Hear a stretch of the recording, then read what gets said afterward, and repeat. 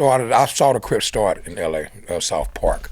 I saw Raymond Washington come down to try to take Black Johnny, the real East Side Crips, and turn them to East Coast Crips. I watched the Crips start in the park. I said, I'm going to beat them one day. But I said, no, I don't want to beat them one day because I've seen a businessman. So I didn't want to gang bang. I was going to be a hustler, player. I was ran money all my life. You know, the gang bang Mark was shaking, they gang bang, but they was getting their money.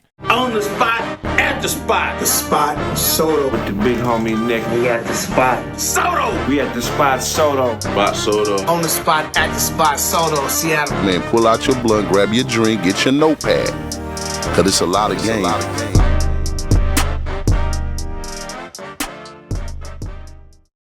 Man, hey, man, we over here on the spot. Oh, the spot, shit, man. yeah. You feel me? Man, we got a great motherfucking show, man, and a real motherfucking LA legend, industry legend, entertainment legend, boss legend, manager legend, and street legend, gangster legend. Streetologist. Man, hey, man, he just here with that positivity now, letting us know, man. Let him know who you is, man. Man, my name is Big Cubone, man. You know, I'm from South Central LA, born and raised. I'm a California breeder, you know what I'm saying? Like he just said, man, I'm just a streetologist, man. I'm just an educator, man. I'm about the peace. I'm a peacemaker. I'm the gatekeeper. That's what I am, you know. I'm here to give it to you how you want it. Born and raised in Los Angeles? Born and raised in South Central Los Angeles on the east side, man, 47th San Pedro. Where you go to high school at?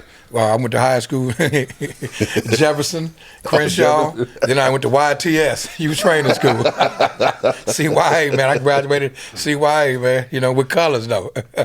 Yeah, man. Nah, all bullshit to the show. We were just talking, man. Oh, man, shouts out, man. Rising power to Kenny Red, man. Yep. Rising power to Kenny Red, man. That man had a lot of stake, man. He paved the way for a lot of people, man. Man, lot, bro. He did a nigga, man. Oakland.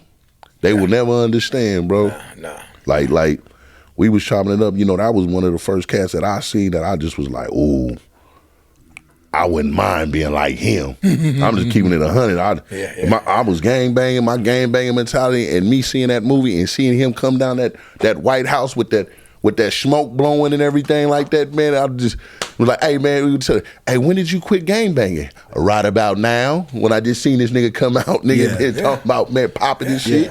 Yeah, man, that's you know, that set the tone for a lot of brothers to turn Oakland to where they would, you know, with the pimp game and stuff and the hustling game and stuff, you know, he paved that way, you know, after the movie The Mac. Real talk. You know what I'm saying? He paved that way. You know, he was like the new Mac, Frank Ward. You know what I mean? Just, back in the days, you know, he set the stage, man. You know, that hurt a lot of people in Oakland, man, the way he passed and how he passed, you know, because nobody seen it coming. Nobody seen that coming, you know.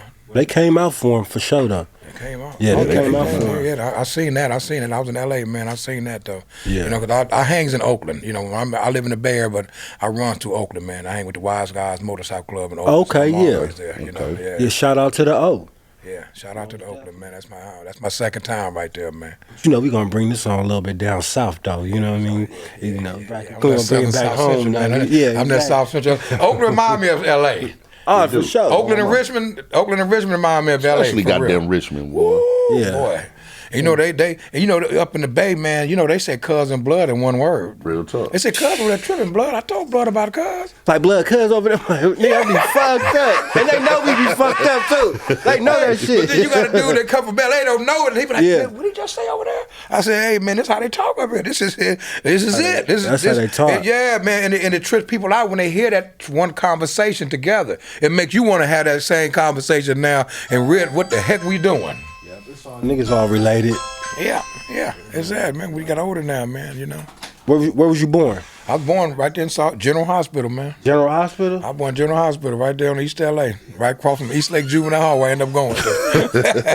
Ain't that bitch? It's right there, too. Huh? It's right there, too. Right there. You can go right there, look over there and see that old ass building right there. That's the only thing you can see over the wall. Yeah. The General Hospital building, that's tallest thing. Coming out of East Lake back in 82.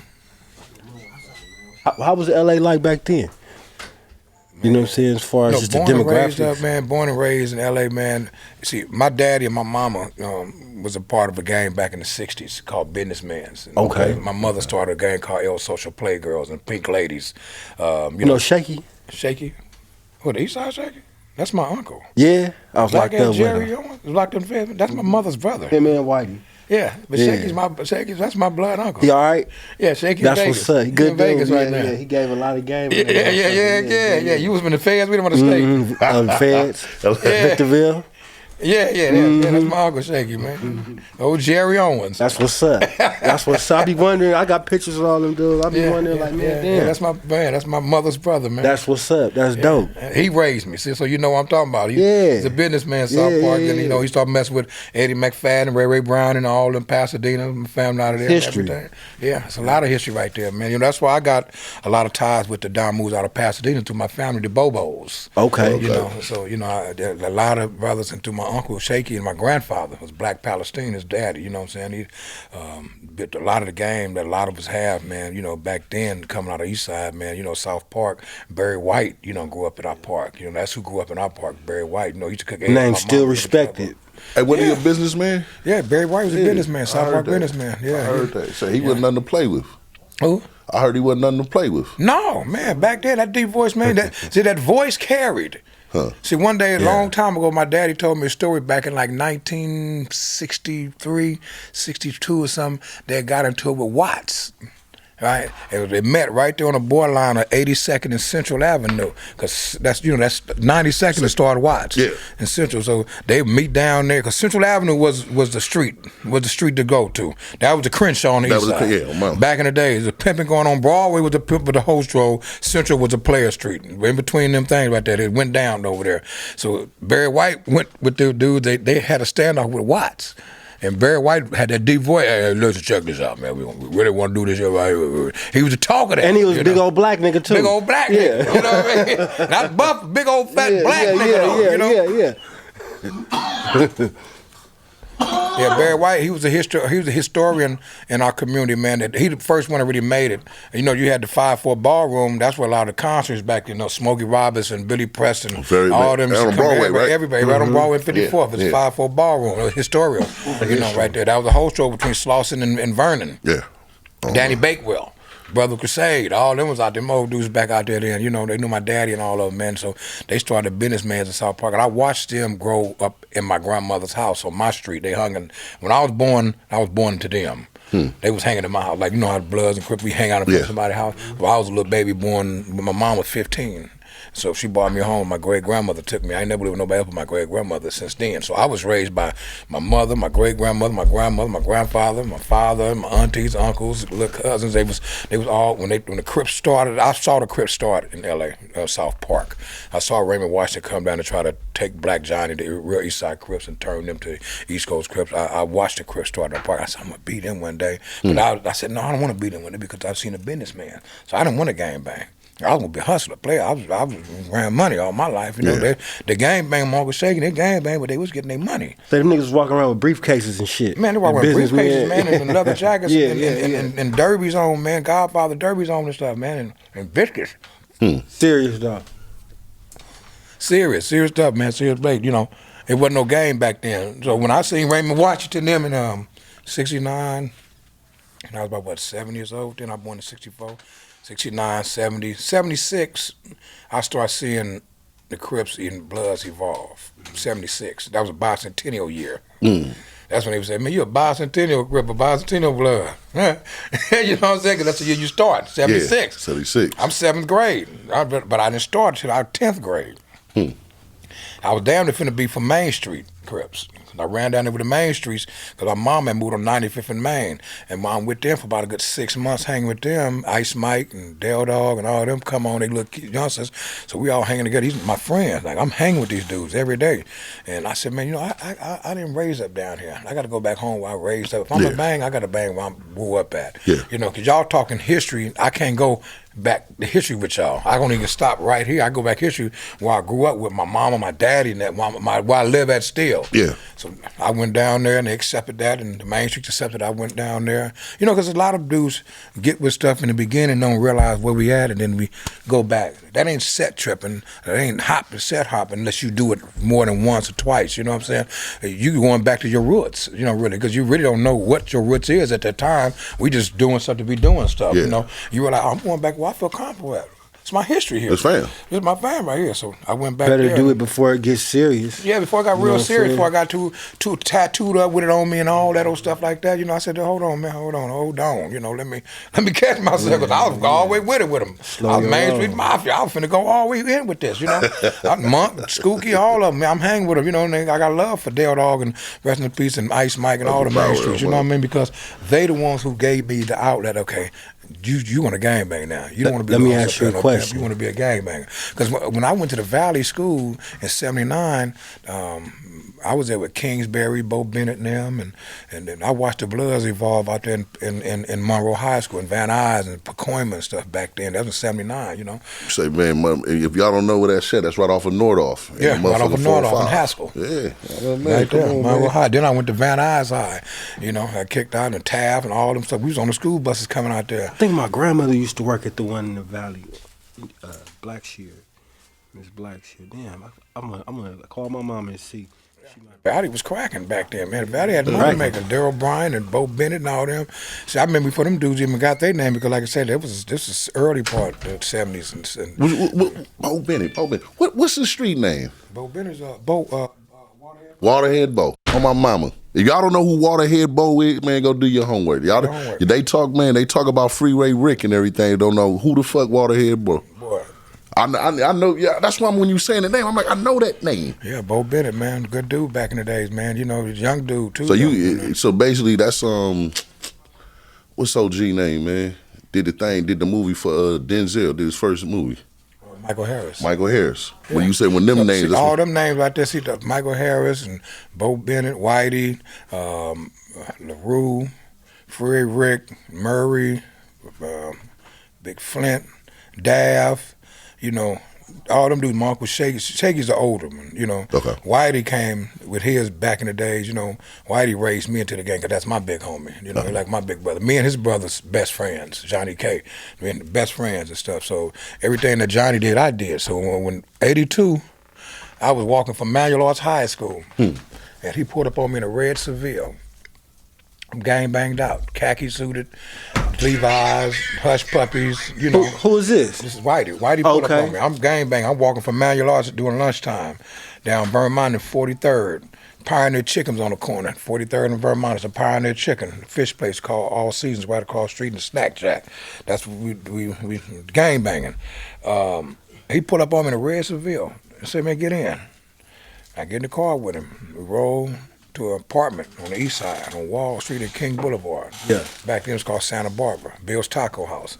So I go up in there, I go in the apartment with him, and I see a substance sitting piled up this high, like a pyramid, in a room, in a triple beam scale. And I'm like, what is this? I don't know what this shit is, man. What is this? I'm gonna smoke Sherman.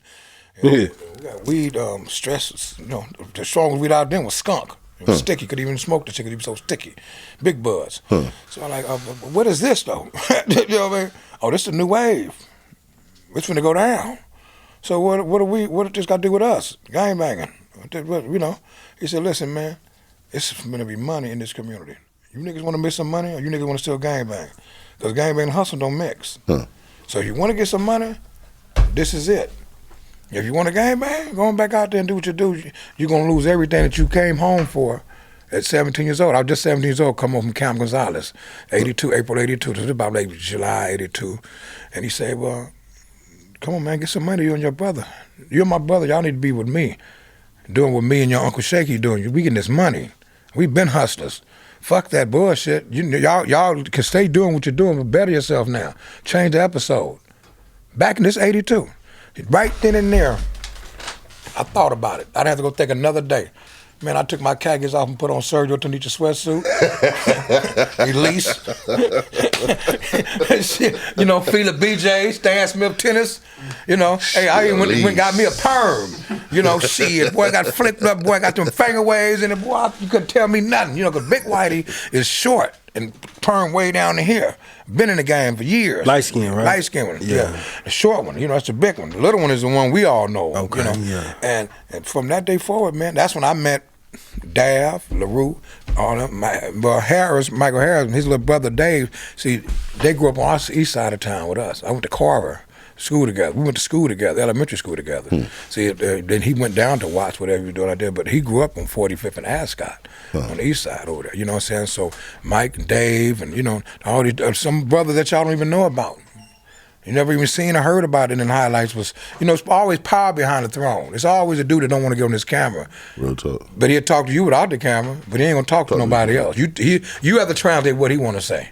Not that he don't want to, he just don't believe in talking to no cameras. Because in his mind, he somebody listening to him supposed to be listening. Yeah. I'm okay with you hearing, but I don't want the world to hear what I got to say. No, I'm shy on that type of shit because, you know, motherfuckers get caught up on all type of shit. See, some people still live in that past. I'm one fortunate got to cross that past, and I'm able to tell the story the way it's supposed to be told. Real talk, man. And that's how we started Wise Enterprise in '82. Houses and cars. I come in Cadillac, 75 Rome, half vinyl, burgundy with button tuck seats, low rider, candy paints and stuff. You know, jewelry, the big old gold ropes go come on. The shit, boy, was on and cracking, man. Hey, where would you say the East Side start at? Me, well, the East Side really starts, geographically, the East Side starts on Main. Good. Geographically, That's an LA. That's a LA. That's an LA question. Fiction. Fictional. Now, Niggas say Broadway, some you say Fig. Really, the East Side is everything east of the 110, but geographically, they just made Main the geographical street, which is 2 blocks away from the freeway. But really, you should say Figueroa, Hoover, Vermont. Really? No. Yeah, you go down. You got to look at Vermont in the '50s and Figueroa, because you got Figueroa, Hoover, and Vermont. Right. So you know Vermont was where all the players was at. When you come, when you get to Slauson, I can't speak on all that. I'm just like when you go to Slauson, when you come down Slauson all the way back to Manuel Arts on Vermont, it wasn't gangs on Vermont back then. It was, but it wasn't. It was a lot of players at the Pit, 53rd, Cadillac Bobby, and all them back in the day. See Tony Lee and all these dudes. They was players, man. They was getting it. They was wearing tees and, you know, yeah, man, check this out, man. You know what I'm saying? We got to do a sale when all these dudes. So you was shaking and moving in the '80s. '80s. I'm gonna ask you some real shit right now, homie. 82, my 82. Because I seen it for myself. You know what I'm saying? My older homies and shit like that, homie. Was niggas wearing biker shorts, nigga. Hell no. Niggas. Biker shorts came out late in the game.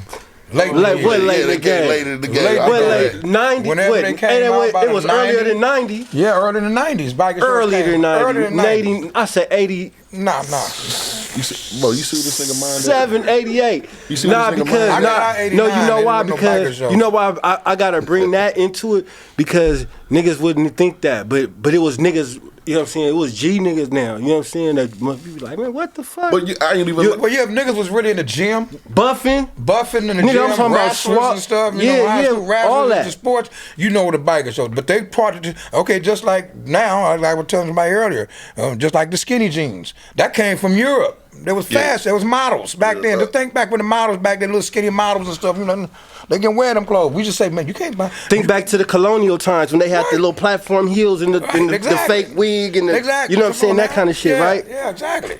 So they've been doing that shit, man. That shit just came over to the street because everybody tried to be idealistic and starting some creativity. Huh. But niggas was wearing tight ass bell bottoms and shit in the '60s. Yeah, niggas with froze. Then you go back to the '60s. It's the same thing, though. No. Because look, they wearing bell bottoms and they wasn't sagging. Hold on. But they showing they nut. What's the difference between sagging? Ask what year this nigga born, man. 82. Okay, tell the nigga hush, I was man. 17 years old, 82. Yeah, just got out of the Cowboys off, man. That nigga going here, man. Hey, look, tell him one more let me tell you time, something. man. Back then in the '70s, I go back in '76. I was 12 years old. Everybody was wearing tailor-made pants, rolling shirts. Rolling shirts was American-made shirt like Versace.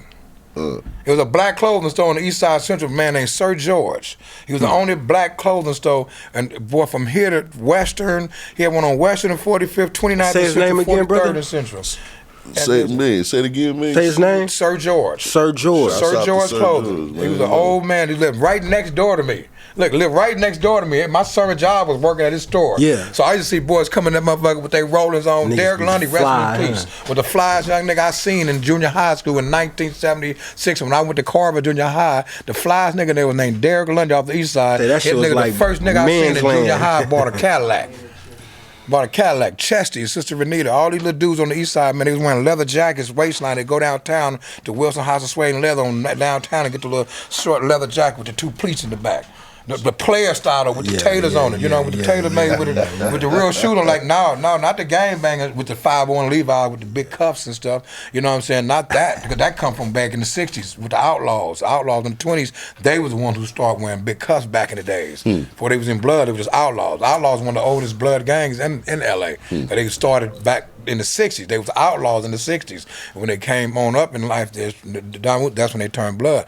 But player stuff in the '60s, '70s, window pane pants. Window pane Yeah, pants. nigga, window pane pants too. The pants and the I jacket. think that nigga got some of them motherfuckers in the closet. Window pane pants and the jacket. I'm gonna tell you what else came back out in the '70s, '76, '77, '78. Tweeds. They was wearing tweeted blazer jacket, tweeted pants. It was tweeted pants with different colors in it. Rob, can we please get some visuals on this? On these? Hey, say all this, man. We want to please They get was some wearing visuals. wallabies and stuff. Oh, yeah, for sure. Them came back. Them was the player shoes. Don't wear them in the rain, dog. You get wet. And your socks turn that color. Right. So we all learned from that in the '90s, trying to wear it when man, they they came wearing back. Stacey Adams shoes. Stacey's was the biggest. Stacey's was the shoe. Stacey was the shoe to go. They should go down there and get that little slip-on shoe with the 2 bells on it. You know, they slide in, you get it downtown, and then Oh, you with get the two little leather bells on okay, it. okay. Hey, I had to think about it when you said it, man. Hey, I got a graduation picture. I graduated. See, my mama, evolution. When I was going to Carver 76, 79, I was also working at Hollywood Park Racetrack selling newspapers, and I met a dude named Greg Blackwell. And the Blackwell, he was a dude. He ended up being a prominent dude out of Inglewood. But we was all slinging newspapers right there at the racetrack. My mama lived on 99th and Myrtle, a Flower, right there behind the Jack in the Box, right, the Jack in in the Prairie. Box. And, you know, and Century was the Hostro. yeah. Mm-hmm. And boy, look, I'm talking about this is 78, 79, 76, 77, 78, 79. I'm right there every day. Up down that host road with my mama at the corner house. So I go down there and mess with the hoes, and, you know, sit there and talk with them, because I can talk with them. Like back there, they been not sitting there, nobody hadn't been saying nothing to. They get knocked out right there in that alley back there. Them pimps wasn't playing slim, they wasn't playing. I ain't lying. My mom ran the house. $5 you can rent the room. Oh, man. So they come into the house. Getting their ends. They come to the house, rent the room. This is 78, 79, Inglewood, right there.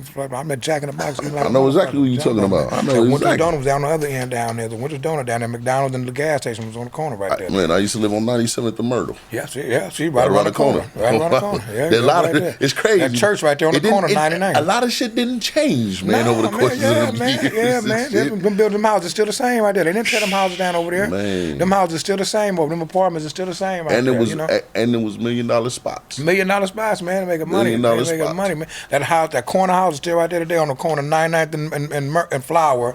Myrtle the next street. Flower right there's a green house on the corner, still the same and everything, man. Man, Mr. Q, man, imagine if y'all would have bought that house and sit on it right now. Right now. We had the other house on the other end of the corner right there next to the shop on the corner, 99th and Prairie right there. We turned down the street. You know, like I know, like he know. They had been talking about building a football stadium in Inglewood, and I never thought it was ever gonna come. Ever.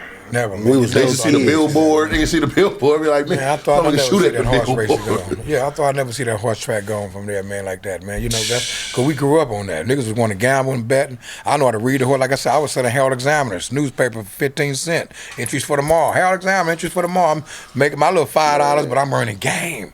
I done went down to the stables and put the paper in. I get a daily double, and I give my grandmama the number, $700, $800. Ooh, I said, well, this is a gamble. It's a cold game here. These horse betting. I started reading the horse, learning the sweat between their legs. The jockeys, Bill Shoemaker, all them rich Shoemaker. motherfuckers coming out the turf club on Century Park right there. Shit. Remember the turf man? Man, My mom, man, shit. One time my mom dated a man. He was an OG. He was a player. That nigga had one foot in the grave. He was 67 years old. Nigga, my mom was about 29. But that motherfucker taught me how to do 3-card Molly. To this day, man, that nigga gotta be dead, man. 3-card Molly, the bottle top with the little sponge. Man, Rising Power, man. William Little, man. I promise you. This motherfucker, he used to take me to Santa Anita, Hollywood Park, Normandy Los Casino, Alamitos, Del Los Mar. Alamitos, Del Mar. Nigga, he going to casino, nigga, leave me in the back seat. That nigga might be in there for hours. I'm just sitting there in the back seat of a motherfucker 78 Regal. Yeah.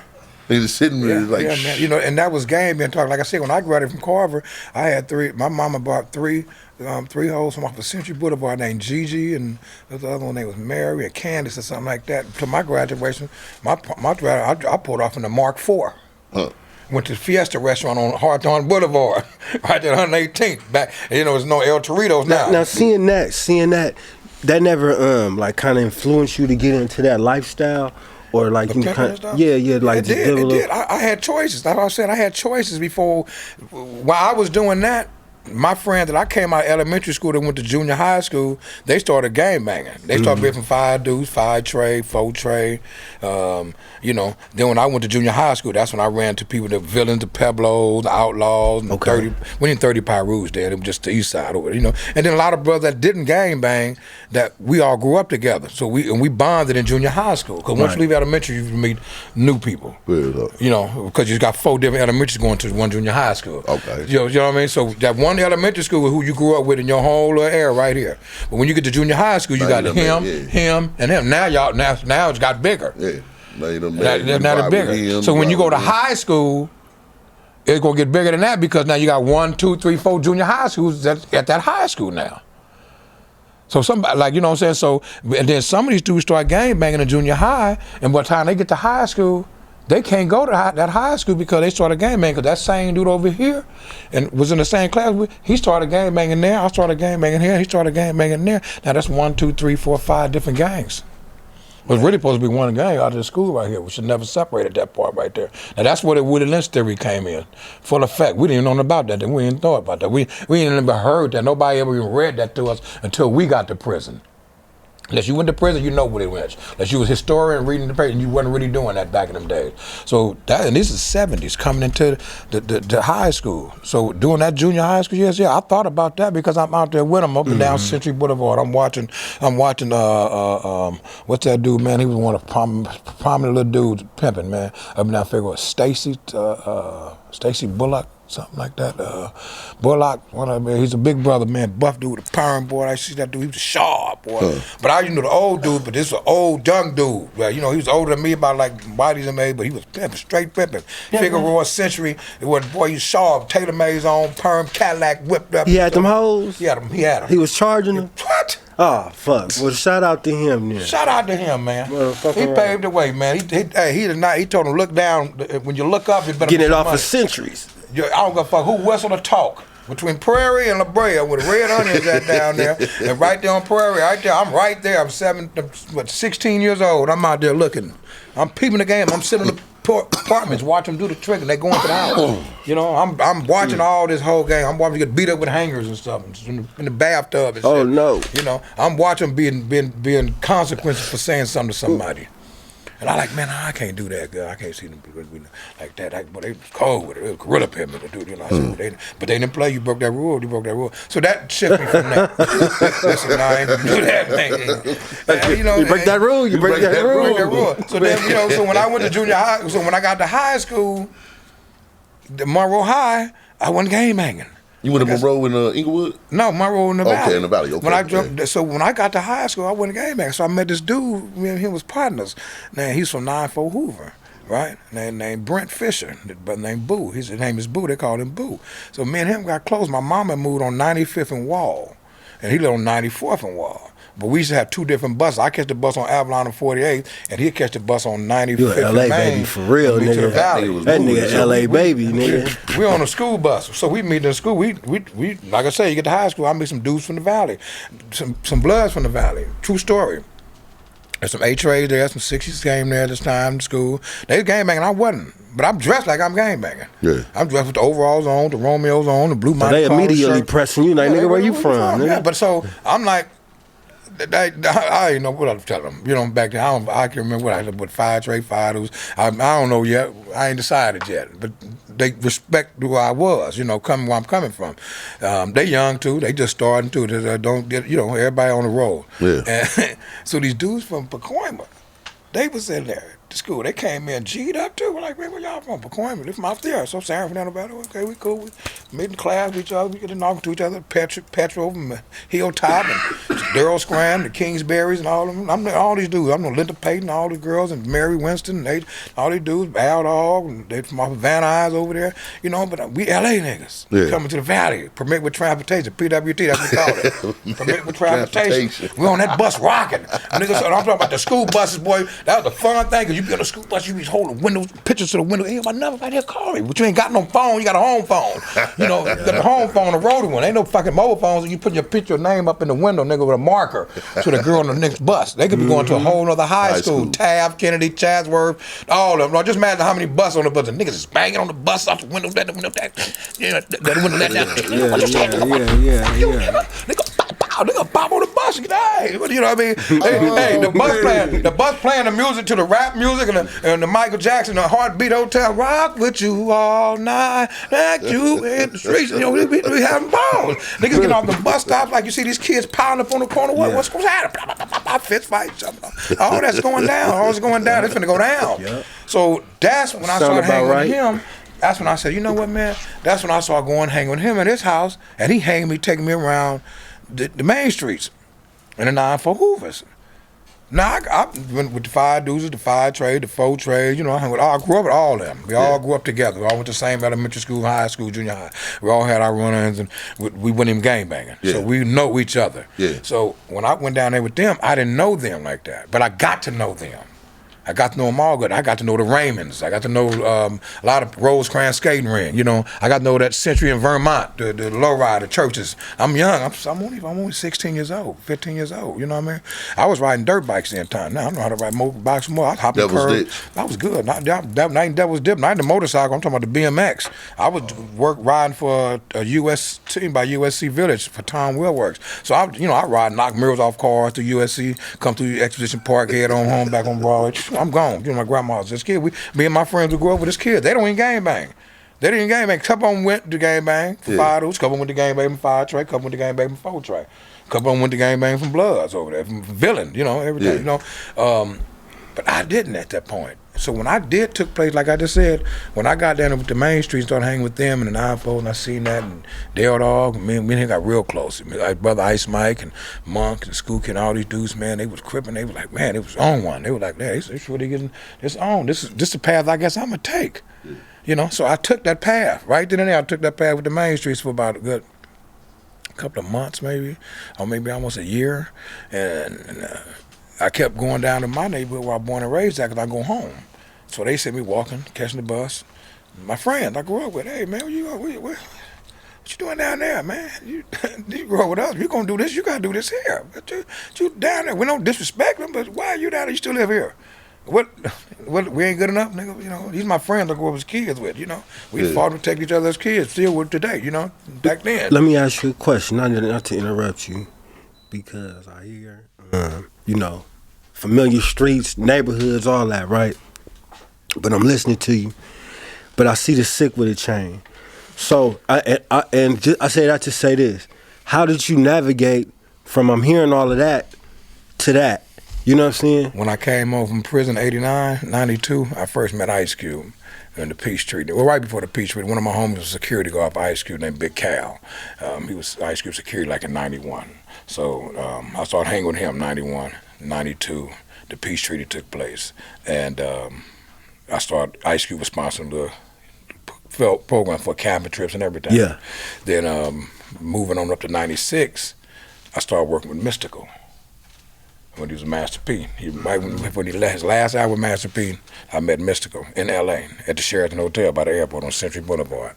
And I went on the road with him, with Mystical. Just hang with him in New Orleans, you know, just hang with him as a friend. I'm going to New Orleans, I hang with his friend. You know, I'm going with him, I'm out there with him. I'm hanging with him every day. So he signed to Jive Records. I meet E40.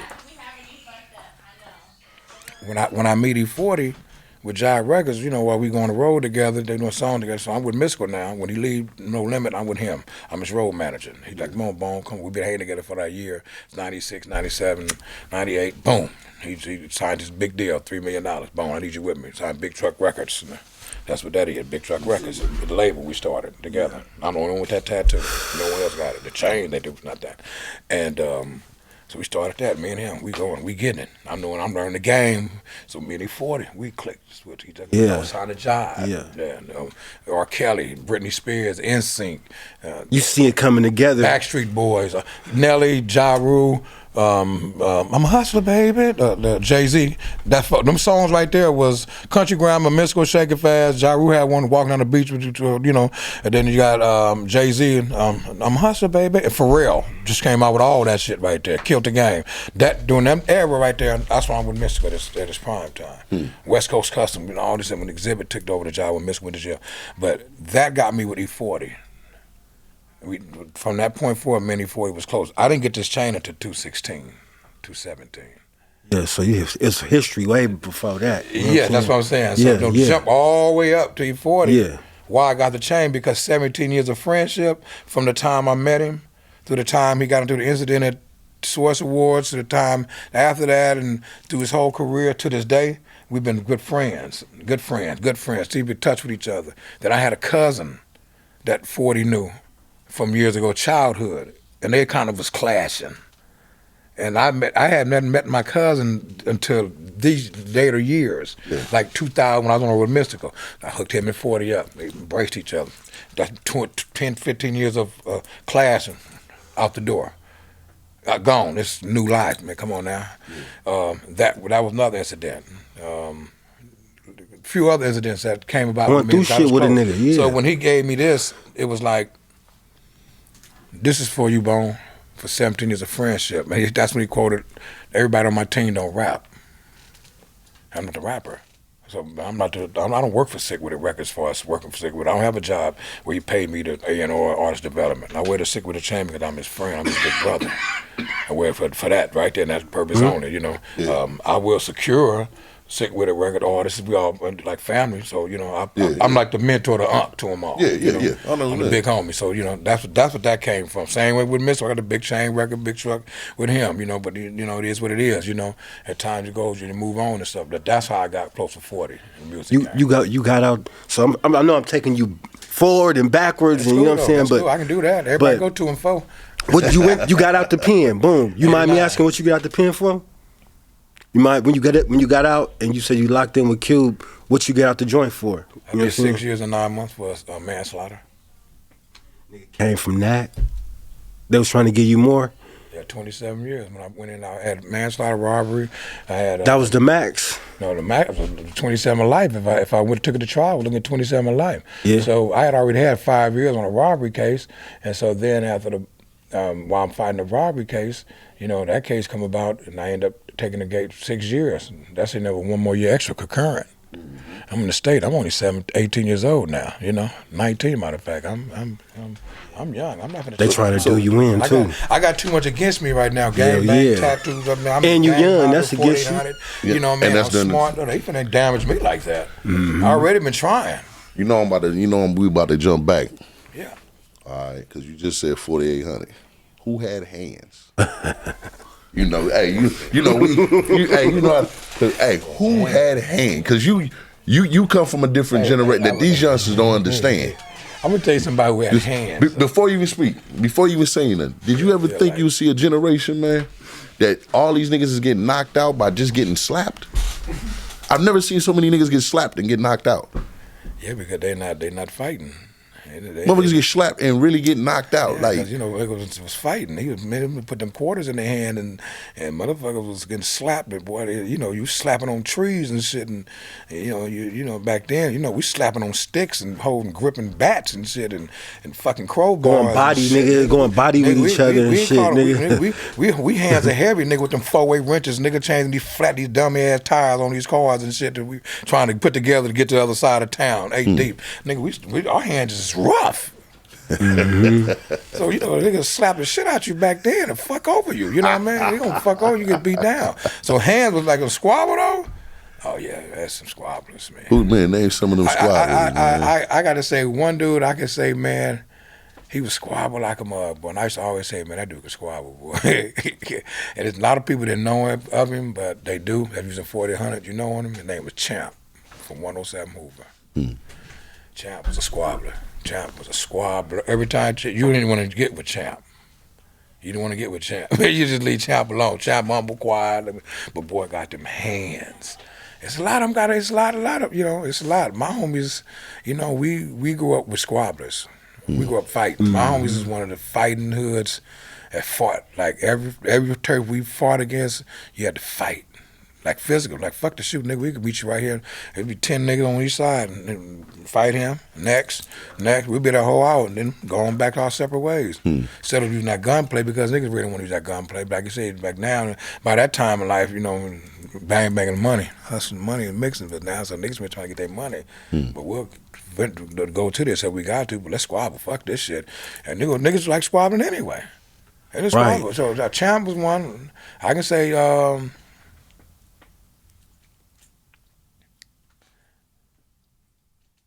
Monster Cody, he got squabbles, but he had more of a squabble in a way like you said, a hit, bop, bop. He's trying to throw Quick, short bolos. arms. Yeah. Short arms is quicker. But but my homie, Who was good with the feet? my The homie, hands and my the homie, feet. But my homie was like known squabble. I'm gonna give my homie the credit though, because that stand in the prison, in the streets, and everywhere else is my homie named Choo Choo. Choo Choo Charlie, Father Choo, resting in peace. My homie cut up, I'm talking about street fight, rack you up. Hands and feet? Hands and feet, elbow, bam. Because niggas knew karate. I'll then. tell you somebody right now got squabbles too. They sleep on too. Whitey. Oh, yeah, absolutely. What? You could have said, Whitey ain't playing. And we'll go on one. Oh yeah, actually yeah. Mr. Zero Tolerance, huh? Yeah, nah. He definitely he was older then. This was like 2000.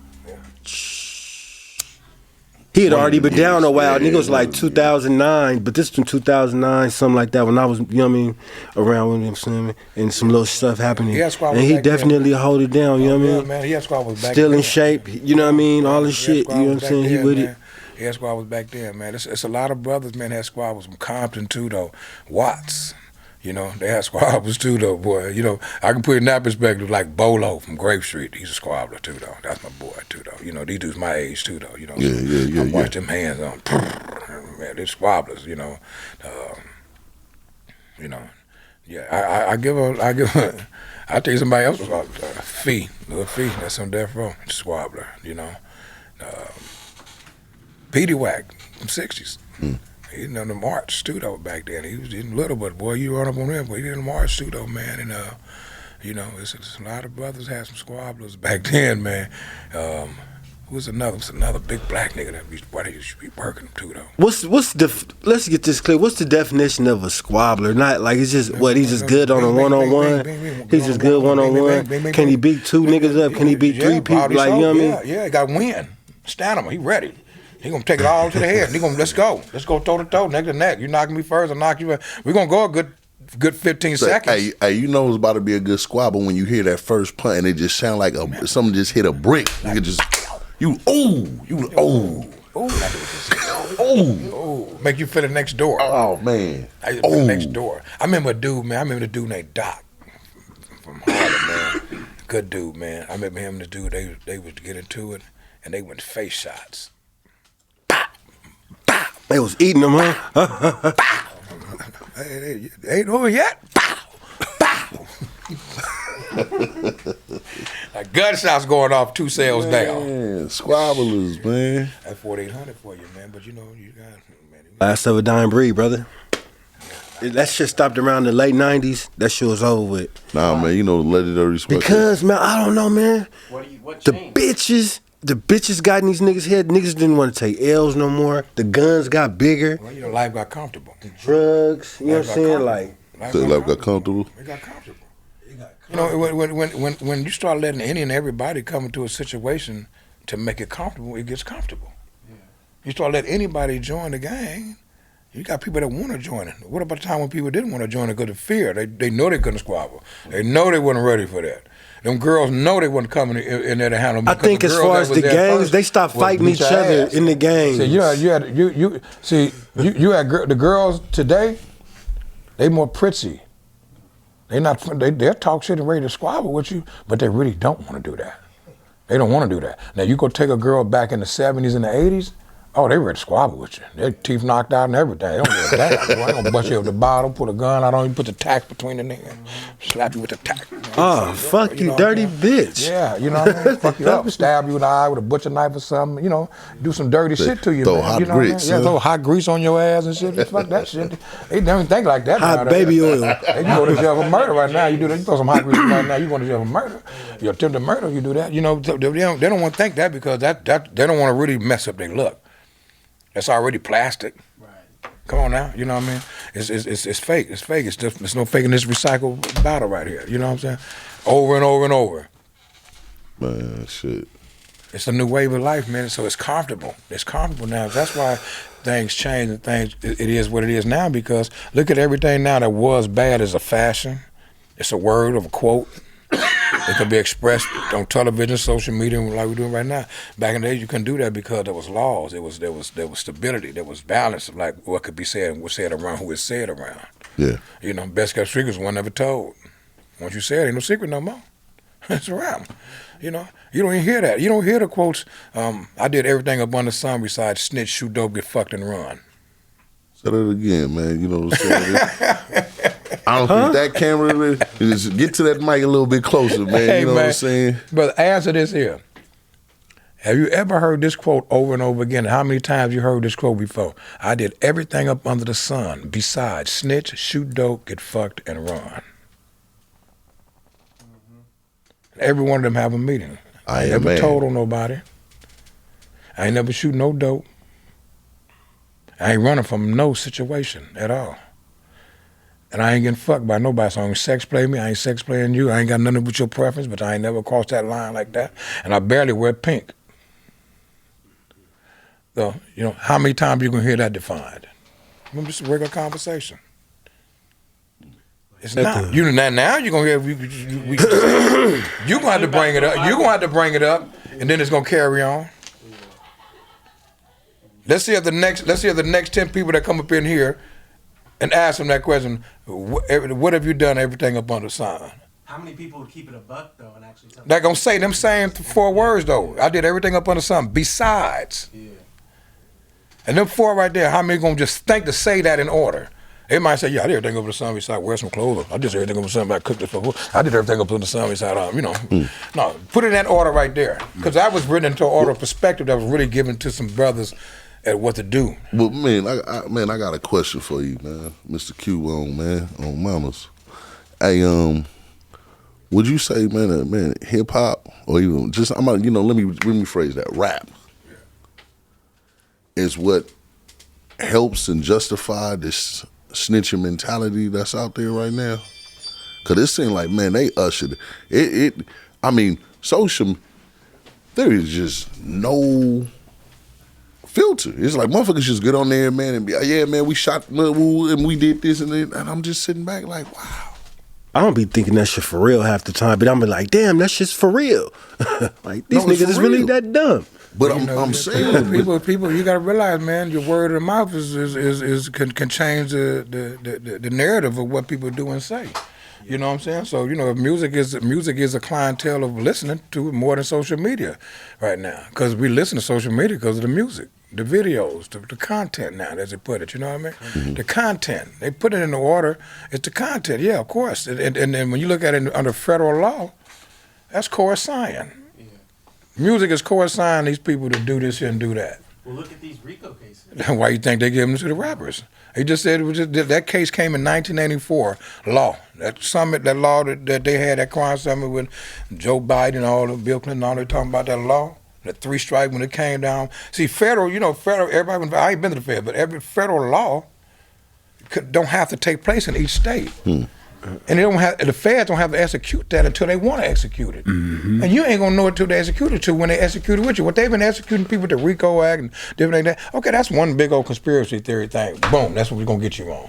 I ain't get you you get 50 years for that motherfucker, depending on what they grab through you all upon, how they pencil whip you up. But there's a word they use. Mm-hmm. Like say if it's a young dude, it's a federal law. If a young dude came out the house and he say, Man, St. Nick, my big homie, Big Q, my big homie. All right, yeah. Then, they run the vote. They ask him another question. Well, who'd you buy this from? What made you go do this here? Why you running with this name? That's my big homie. Nigga, taught me how to fight. He taught me, gave me game. Who's talking about? Loose lips sink ships. Mm-hmm. They can get you for coercing. They're going to use the word coercing. You coerced that youngster to be who he is because he took after you and your name. You get 15 years, he get 5. Yeah, coerce. Just that little rule right there alone can get you 15 years for him saying that. Now, is that snitching, or is that just him just talking like, you my big homie, I gave you some love. I just gave you love. I didn't know I was doing that, because he don't even know the laws. He don't know what he's saying. We don't know the word. That tongue is a motherfucker. And these people on this music and these people on these different things, if you're going to tell it right. It ain't fair to those that want to hear it right. Because all the youngsters going to ask you, man, don't lie to me. Because he already know the truth. He just want to hear you going to tell it to him. Mm-hmm. And you lie to him, what you think how he going to look at you the next day or the next moment? Because he already know the truth. He just want to hear if you're going to see it and see if you're on the same path that he's working on. So if I can't follow you, if you can't tell me what I need to know, and you don't even know what I know, then why am I looking up to you for? What am I getting up out of it? So yeah, that is true. We got to watch what we say, man. You got to watch what you say, and especially when a lot of people follow behind what you say. Got to be careful. Laws of attraction. That stuff is real right now, man. Look at Kanye West. Everybody on Kanye West right now again. First he jumped off the stage, then he jumped into the gospel. Then he jumped back into this, and then he jumped back into that. See, because who he is. He more confused than the bitch. Right. But he's not. Genius. I don't think he's confused. Genius. He doing everything everybody else was doing, manipulating the situation to his advantage. Now, it could be to his advantage, more so, yeah, and it could be also to the advantage of helping some people getting to play what they need to get in the play. Because he already said it earlier. He said, America for sale, man. We buying foreign cars and jewelry and my bad. And he said we buying the lifestyles that we living and all that, but we don't want to buy no land. America for sale. Oh, that America's for sale. Man, you can buy this land and we living over here. Why as well buy it up and shoot. Everybody else is buying it up. Buy the acres, buy the states. Come on now. There's a lot of stuff come out the light that's just a reality itself, common sense. Wyoming, Montana. Yeah, look at that stuff, Dakota and all that. Like, what the fuck, motherfuckers ain't even peeping out, man? No. What the fuck are these rich motherfuckers going to Wyoming to buy something? They was serious about getting them Indians up out of there. Prominent land, man. They was serious about getting them Indians up out of Dakota, man. Prominent land. Look at the inner cities, prominent land. We survive all natural disasters. Only disaster we got is hurting ourselves. The human disaster. That's the only disaster we got. Nature's got the best given to us right here on this West. It's giving us our best areas. Human through all the disease. catastrophes. The disease, yeah. We got interest, man. We ain't contaminated. They want this. You can't have it because you can't survive it. You can't live it. It ain't for you. You can't stand the rain. You think that's what's going on in LA right now? Oh, they trying to get that back. Yeah, they trying to move downtown. Now they're trying to work on the south of downtown. Nah, but I'm saying exactly what you like. You know what I know. A lot of these robberies is in the spots that we wasn't really just going up in to go fucking hit no motherfuckers. They hungry. It's been showed on social media. Copycats. Everybody want clout. Everybody want that platter, that trophy. They really want it that bad, huh? Right. You seeing it? Man, you seeing it? They want it, and they coming to get it for cheap. What? Hey man, they don't know. They gonna put their life on the line for cheap. Hey man, they doing it too though. That's crazy. And that's the sad part about it because crumbs, nigga. Y'all niggas putting y'all life on the line. Value, man. There's no value. Well, the cold part. Let me tell you the cold part to that. It's like how they hitting motherfuckers. It's like 6 niggas. It's like 6 or 8 niggas all got Glocks. Now imagine, man, them same brothers, man, was patrolling your neighborhood, man, making it safe for your grandma, making it cool for your kids. Well, we ain't talking about no zip ties on cars. No, yeah, man, all that Man, stuff is serious nowadays, man. when you really think like 6 motherfuckers with Glocks jumping out to go hit a lick. But if you took that same minute, them same 6, Yeah. we wouldn't even need no goddamn police in the neighborhood. But like, man, have you seen them 6 niggas that come through here, man? You better not do nothing after dark, man. Them niggas ain't playing, man. Them niggas. You know, it's like you say, man. It's over. We're in the fourth quarter. And we dropped the ball this fourth quarter, 2023. Going to be a cold start for a lot of people, man. Well, that's why they're trying to give us the reparation. See, there, but They're trying to cut ties. they give say they give you 300,000. Yeah. Right, what that's gonna do? If we don't utilize together, we spend 300,000 in a month. If we were to look at it, and we give him that 300,000, he gonna spend that in that first 2 weeks. He already got it planned. Especially people who have never had that type Yeah, of money. they're gonna plan. He already got it planned. So that's gonna be that's like for EDD. I got it planned. EDD was a test run. EDD was a test run to see what we should give him. What we should give them. Tell them EDD again. was a test run to see what should we give him. Some Straight up. motherfuckers got rich. Some motherfuckers, man, went to the pen. The motherfuckers is back. Some niggas went, man. Just some niggas imagine now. stunted for the first time in their life. Boy, and now they got to stay stunting. And look what they doing now. Off of social media. That's the only way you're seeing it. More people dying off of social media than in there. They putting even news shit on social media now because that's the way everybody looking at. They see the ratings going up. Social media ratings going up way better than national television. Nobody watch TV no more. Or the news. Like, when's the last time you turned the news on? Right. Yeah, it's been a minute. If I'm in a telly or something, Yeah. When I want to find out what's going on in the city, that's the only time. If I go to a city and I'm like, man, what kind of crimes is going on? And they, man, turn on the news and shit.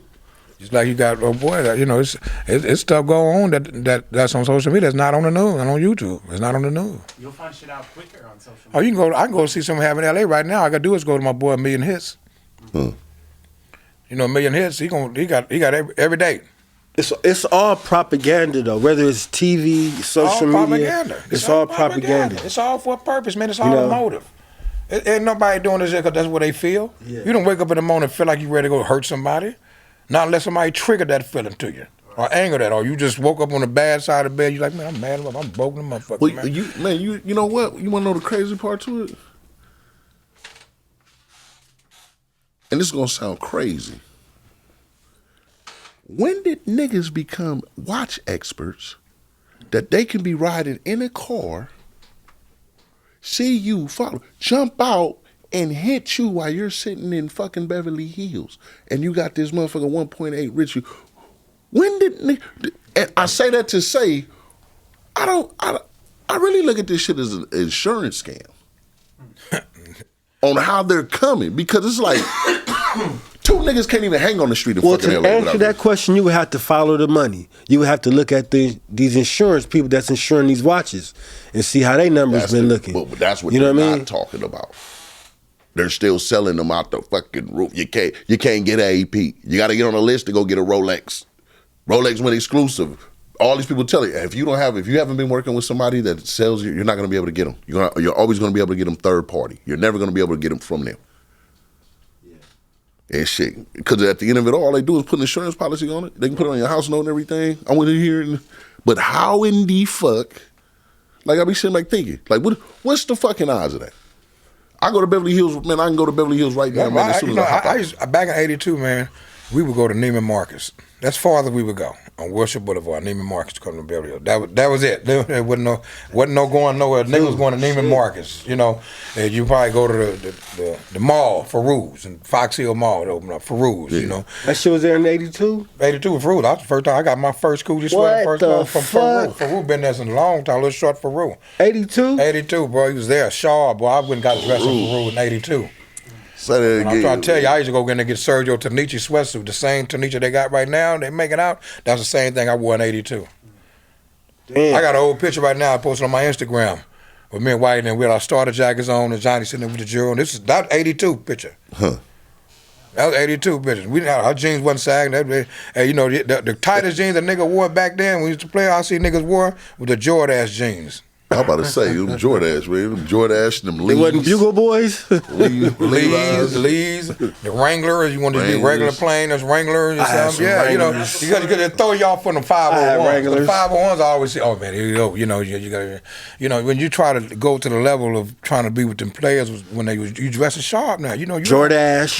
You ain't going to the surplus That no was a more. You little going to bit the mall. before Carl Canal. Yeah, a little bit. So Western Surplus had the 501s. Every day, and you went to the mall. all 501s, overalls, the khaki suits, the Greenleaf over there on State over there by Linwood. That's where you Santa Fe, whatever. That's where you get the Charlie Brown shirts, Cascade Pendletons. You go downtown, get your derbies and stuff downtown, Maine and stuff like that. Look, hats with the hairnet on it.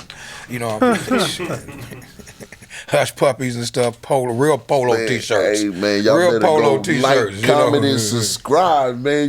See, hey, niggas with brownies in their hand pockets, squabble with brownies in their pocket. Not just shoot a gun up, but squabble with you. Man, comment, niggas and have subscribe, brownies. man. We got Brownies in man his OG pocket. motherfucker Q-Bone, man. You know what I'm saying? We sitting here, man, with Big Unc, man. He sitting there. Hey, if you notice, I normally talk more. I can sit here and listen to you. You take me back, man. You take me back home, man. Go, man. Let's go. Everybody can't go 2 and 4. They don't have that memory, you know what I mean? They're lost. They don't have it. So I'm fortunate to be having that memory. I could take a person back that far, you know what I mean? Just even able to say the things that I'd be able to say and go back on when I go on, and I can stand on that, you know what I mean? Because it's the truth. You know what's crazy? And I'm glad that I did get you, man. You probably, man, I'm gonna be real with you. You probably do this. You're gonna probably have a gang of motherfuckers on your fucking line and they gonna do this. I'm gonna be real with you. Cause I just seen something, man, Big U, man. I had brought up your name, man. And when I had seen that clip and he had said it, and I was sitting there, this was like maybe Monday. Yeah. And I was like, I said, oh yeah, man, thank you, Lord. I grabbed him right now and shit like that, man, before this nigga go and shit. I seen you over there doing your thing with the barbecue sauce, man. It was like, Good Morning America. Oh yeah, that's my cooking show, Cooking with Q-Bone, man. I had filmed that in July 24th. But to answer your question about Big U, hey. That's like a little brother to me. My son is his nephew. His sister was my baby mother. It's my friend. Family. Me and him go way back. Like you say, he was 14 years old. I was like 15. I was like 16. 16 then. 16 then. Yeah. And, there's an occurred where he ended up getting shot in his arm. And he was like, hey, man, I got shot. Hey, it worked. It wasn't no gang banging situation. It wasn't no robbery situation. It was just a situation, Yeah. And he caught the bullet. And he said, yeah, man. He said, man, that was a cold situation because it didn't hurt the way he had to go rush to the hospital, But you see a young dude shot the way he big old dude, were doing push-ups and stuff too. He was hot. You trying to get that bullet out of him, boy. But I guess the 5 minutes burned his shoulder, and he started exercising. I said, boy, what's wrong with you, man? So you started exercising. He started exercising. He got to get up out of it.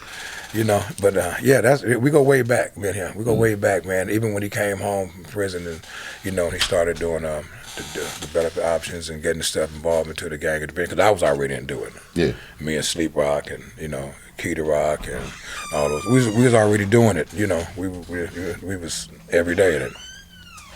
Every day in it. That was our job every day. Western and 61st, 60th, Community Youth Gang Services. So when he came home, we was already established. We already established nonprofit Heads Across Watts, and the Million Man March had come out, and the real solidarity gang troops, they want to call it, peace treaty, whatever you want to put it. Yeah. It was real solid. When it started in '92, it was from the heart. I say generally, the riots brought it together. Or civil unrest, whatever you want to call it, brought it together. Yeah. But I can generally say that it came from the heart this time. In '92, that came from the heart. That came from tired. That came from the built up. Like, man, we see the bigger picture. Fuck this. We see the bigger picture. And our first reaction was like everybody else. You can't blame us, but our first reaction, yeah, we ready to go. Along with everybody else that was ready to go, that was tired. So you just can't blame one group of people.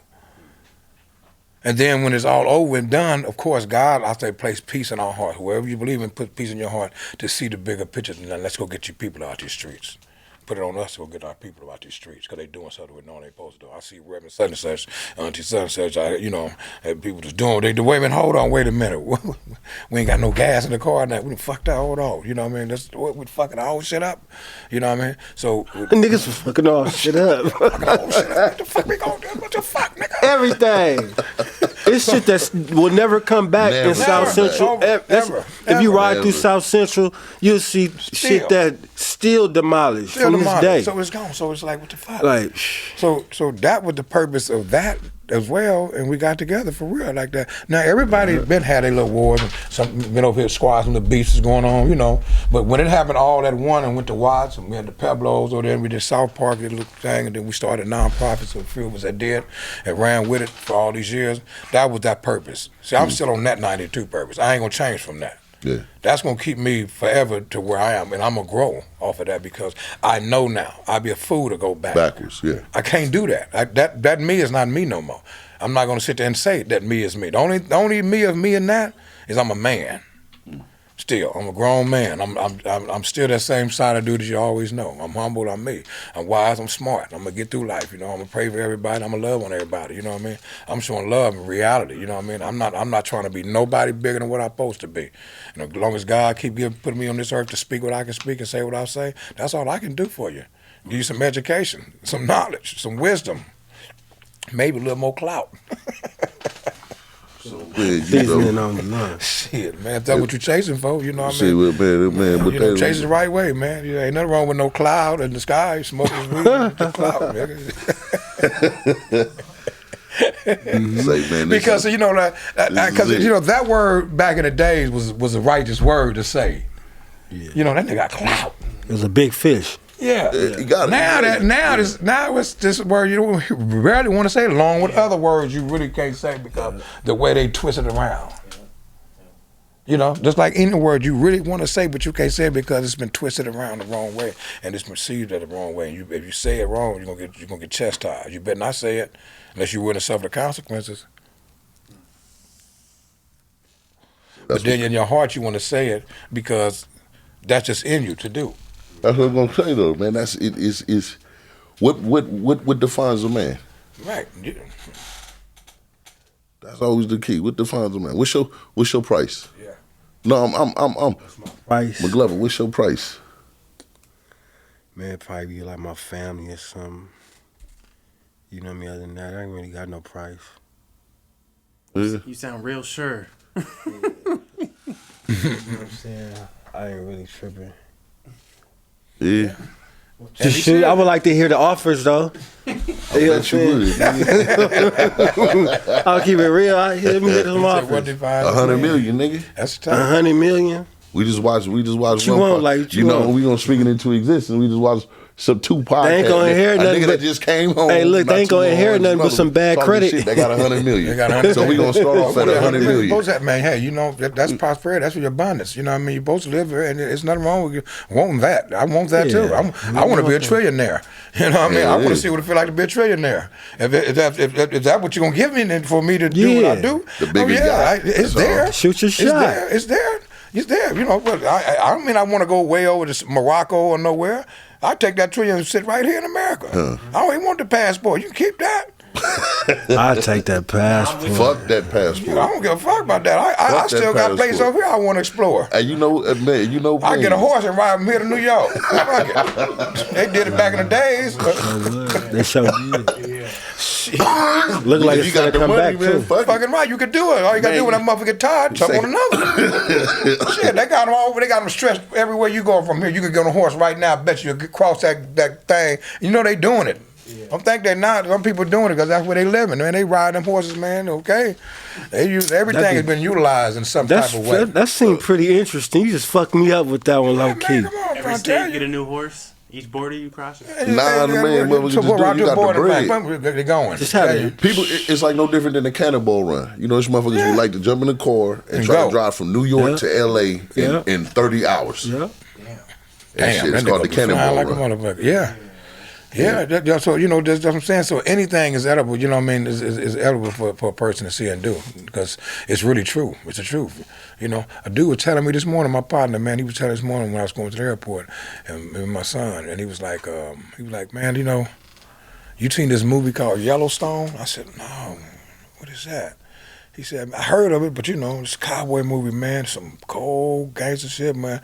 He said they was fighting over the land, like the Indian, blacks and everything, man. You should see that, man. It was mob type shit. It was a bad motherfucking thing. It's called Yellowstone, man. I didn't never look at it, but, you know, go past me on my little thing. You know, I see, you know, I don't stop to look at it. I don't look at Western movies no more, because they're not exciting like I grew up on with John Wayne and all the type of shit like that there. That shit ain't nothing like that. So I know you can ride Shoot 'em ups.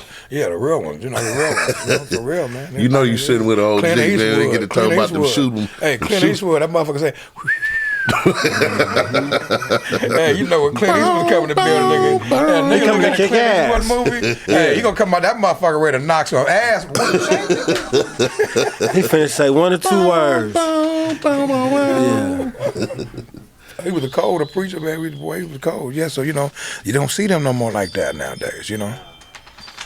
That nigga was slapping bitches and all kind of shit. He walk in the saloon and he pop.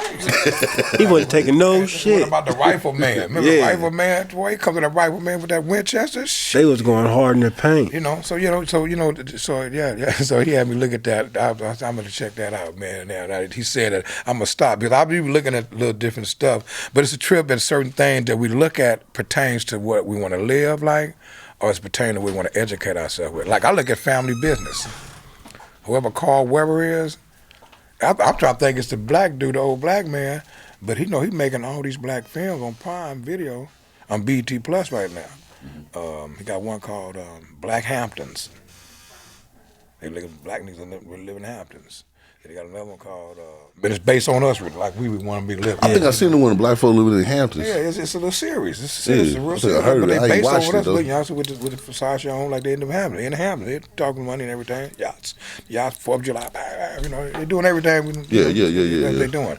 But I'm looking behind the scenes. Ain't they like African or some shit like that? No, the Hamptons right there in New York. No. I know the Hamptons in New York, but I say ain't the Talking about the cast? the cast. No, they're blacks. A black family. the girl playing that, Vanessa Calloway and. Vanessa Calloway's in it? Yeah, she was the mom. She's the realtor. Okay. Yeah, it's a couple. All black. It's a good cast in there. Yeah. You know, they played in another movie before, somewhere else before. Like Family Business, matter of fact, I think it was. Family Business is another one that he got on there. Yeah, them some cold black movies right there. But they based on the concept of, you know, you living that life. That's the next step.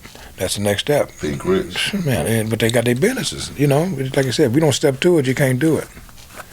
That's the bottom line nowadays. You don't step to it, you can't do it. So we back to that 300,000, man. What you doing with that 300,000? Is that the price of the reparations? Man, listen. Bob Johnson. Man, they told not giving niggas nothing. Listen. Understand that, man. Listen. They just dangle shit. I told you my theory.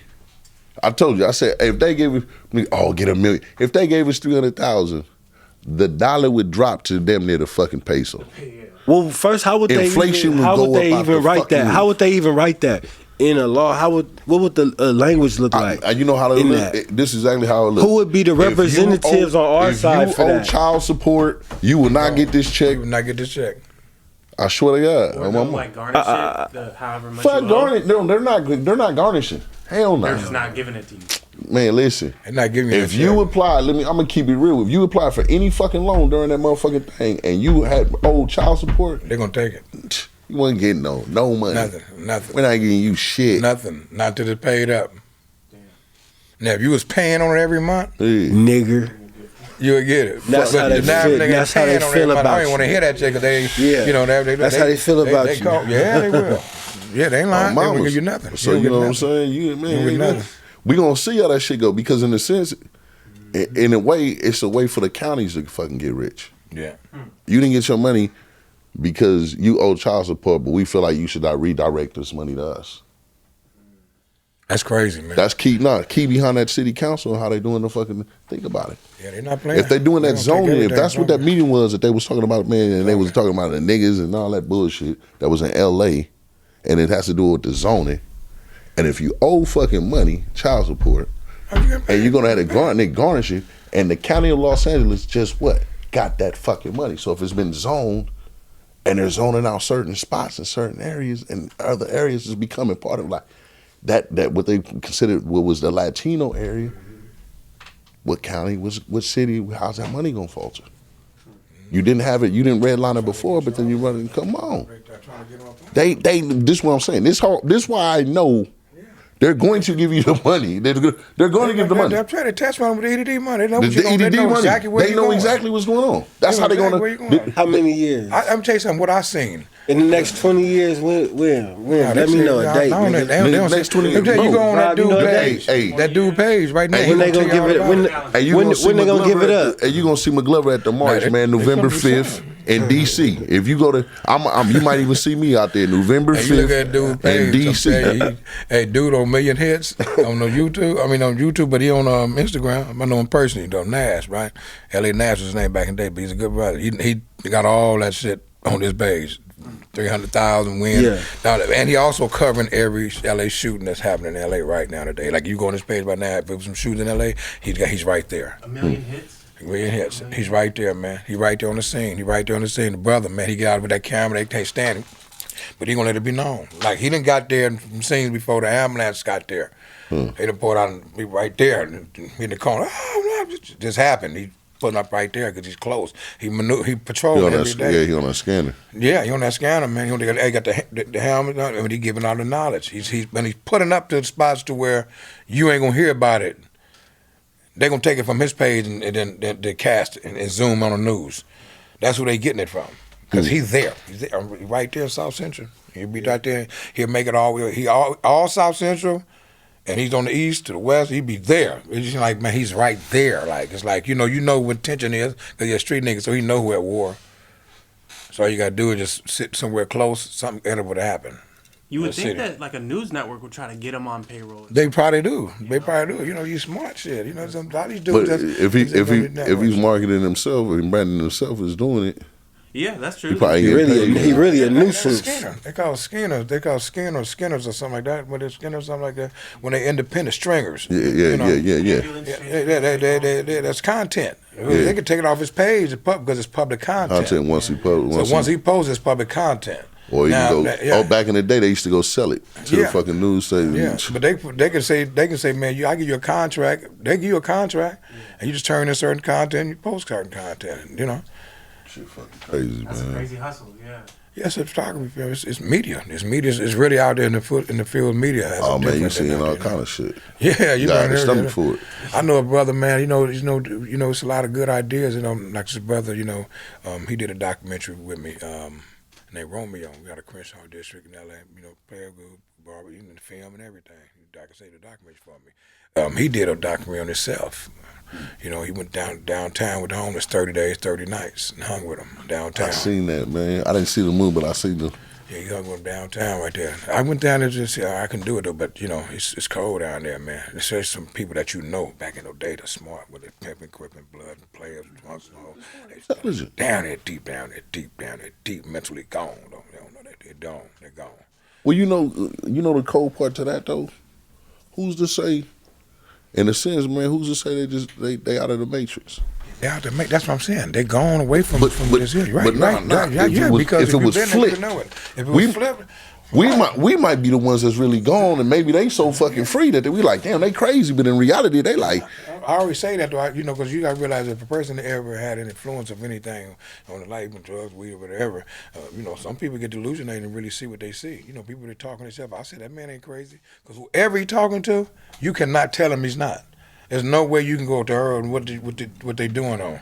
I know where they at. They're on the other side. Yeah. Now, where the other side could be the truth, because if you was on that other side, you know that this is fake to them. Well, I don't want to have nothing to do with you at all. I'm going to come around you. It's like no different and I know it's happening. I know it's happening to you. I know it's happening to you. Yeah. You be walking somewhere or you walk up to a thing and it be somebody that they're crazy. And really, you know, you like, oh, this motherfucker possessed because they look at you and be like, oh yeah, you and tell you some shit. You think of this or you think that or ooh. And in reality, they really telling you some real fucking shit. They tell you some shit. But they hate you. Like you could tell, like this motherfucker. They not even envy or hate you, and it's just that that's because they see. They it's like when you go on the other side and say and look at what we's talking about. That person gonna sit there and say, "Oh, now one of y'all is real. You ain't real. You cloned. You cloned. You serious? You cloned. You ain't who you say you is. You know." And just think, because that's a big theory going on there anyway. You just peekaboos and it's clone. Motherfuckers are clone. But you can't, you know what I'm saying? But in his theory of cloning, like, I'm not never coming around you. Clone like what? Family, like motherfuckers are social media clones. You didn't know. I ain't talking about the social media clone. I'm talking about a person that's off of drugs. Yeah. That's off of drugs. A nigga that's on some drugs, whether it be shark, okay, mental health, you know, his actions, his thoughts, for real. When you say he crossed over on that other side. When he crossed on the other side, his thoughts are like, you ain't real and you ain't real. I ain't talking about what you're doing. You real. Your body ain't really you. You ain't, you clone, but not a clone than where they done took you somewhere and did something. But if you ask me a question, I'm not going to answer it. That's called paranoia. But in that world, that's not paranoia. That's keep me like, well, don't ask me no questions. Don't ask me nothing. What you doing? Why you asking me a question like that? And it could be just a simple little question because he's already in his mind said, you ain't real. You ain't the person that you was when I know you ain't. Ain't no way you is. And he gonna get away from you. He gonna get scared, defensive with you and everything. That's paranoia. That's schizophrenia, right? But that's his thought. You can't tell him because what he's seeing in that life, in that illusion, is real. Oh, he sees somebody telling him, man, you better not. You better go and walk the street. Hey. And he just start walking. This the cold part. Who's to say you're not in the spiritual world? Yeah, that's what he said. I know that's what, but I'm throwing for the, who's this? Because I know you know, but can I just sit back? I watch people, man. I observe, man. I watch everybody, mannerism, everything, rooms. Rather we in these certain rooms where you know when you go in the entertainment rooms and shit and you go to parties certain and ways, you feel it. Yeah, man, it's other side, man. Man, I'm gonna tell you some real shit, man. 'Cause I don't trust a nigga in the club with sunglasses on. Yeah, why? You gotta have sunglasses on in the club because he's somewhere you don't want to see his eyes, man. He's in the dark. That nigga loves seeing in the dark. Boy. Why I can't see your eyes? Yeah, you know, you gotta look at the dollar bill. There's an owl on a dollar bill. You can't see it unless you put some glasses on. It's an owl on a dollar bill right now. You got a dollar bill. You put a dollar bill. It's an owl, and a dollar bill in the corner. A little black owl sticking up like the size of a needle in a haystack, like a thumbnail down. In the corner of a dollar bill, you put that microphone or just put a glass on and look at that motherfucker. You gonna see that dollar right there. It's there for a reason. We might think it's crazy, but those who put it there know why they put that there. It's money. It's money. Give them back what's theirs. You spend it. It's theirs. Only thing on the dollar bill is how God we trust. We can get through this here, spend this here because it's you that's spending it. It's you that grasping it, you know. So it's how you spend it and how you get it. That's on you. That's for you to spend. He didn't give you to hold on to it like that.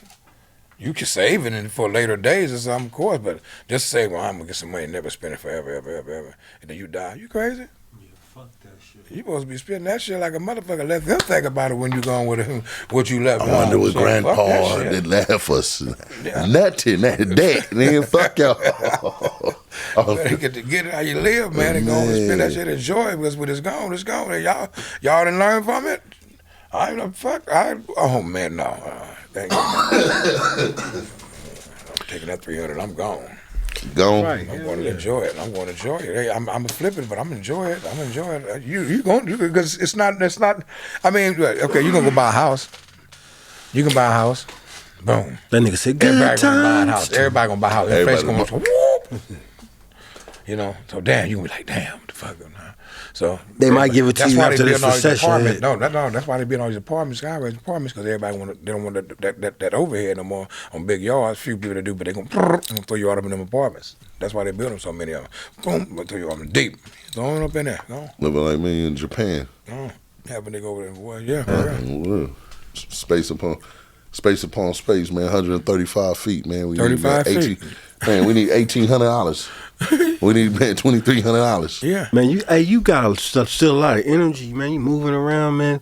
You been in the game for a minute. Been through a lot of ups and downs and shit. Yeah. You know what I'm saying? For real, still at it? You married? Kids? What? No, not married, man. You still fucking these hoes? Yes. That's what's up. I'm in a relationship. I'm in For a sure. relationship. No, for sure. And I got kids though. I got two boys and a girl. And I got 6 grandkids. You know what I'm saying? That's dope. I'm proud of my kids. You know what I mean? It's and I'm proud of the man that I've turned out to be, to still be here at the age I am. You know what I'm saying? To spend this time with them and cook with Snoop and travel with the world with everybody that I've been around here in the United States. Like I said, I ain't been out the country yet, so seeing nobody ever said they see me somewhere else. That wasn't me. What do you make the most for Snoop? The most breakfast, and that'd be like late at night, like 2 a.m.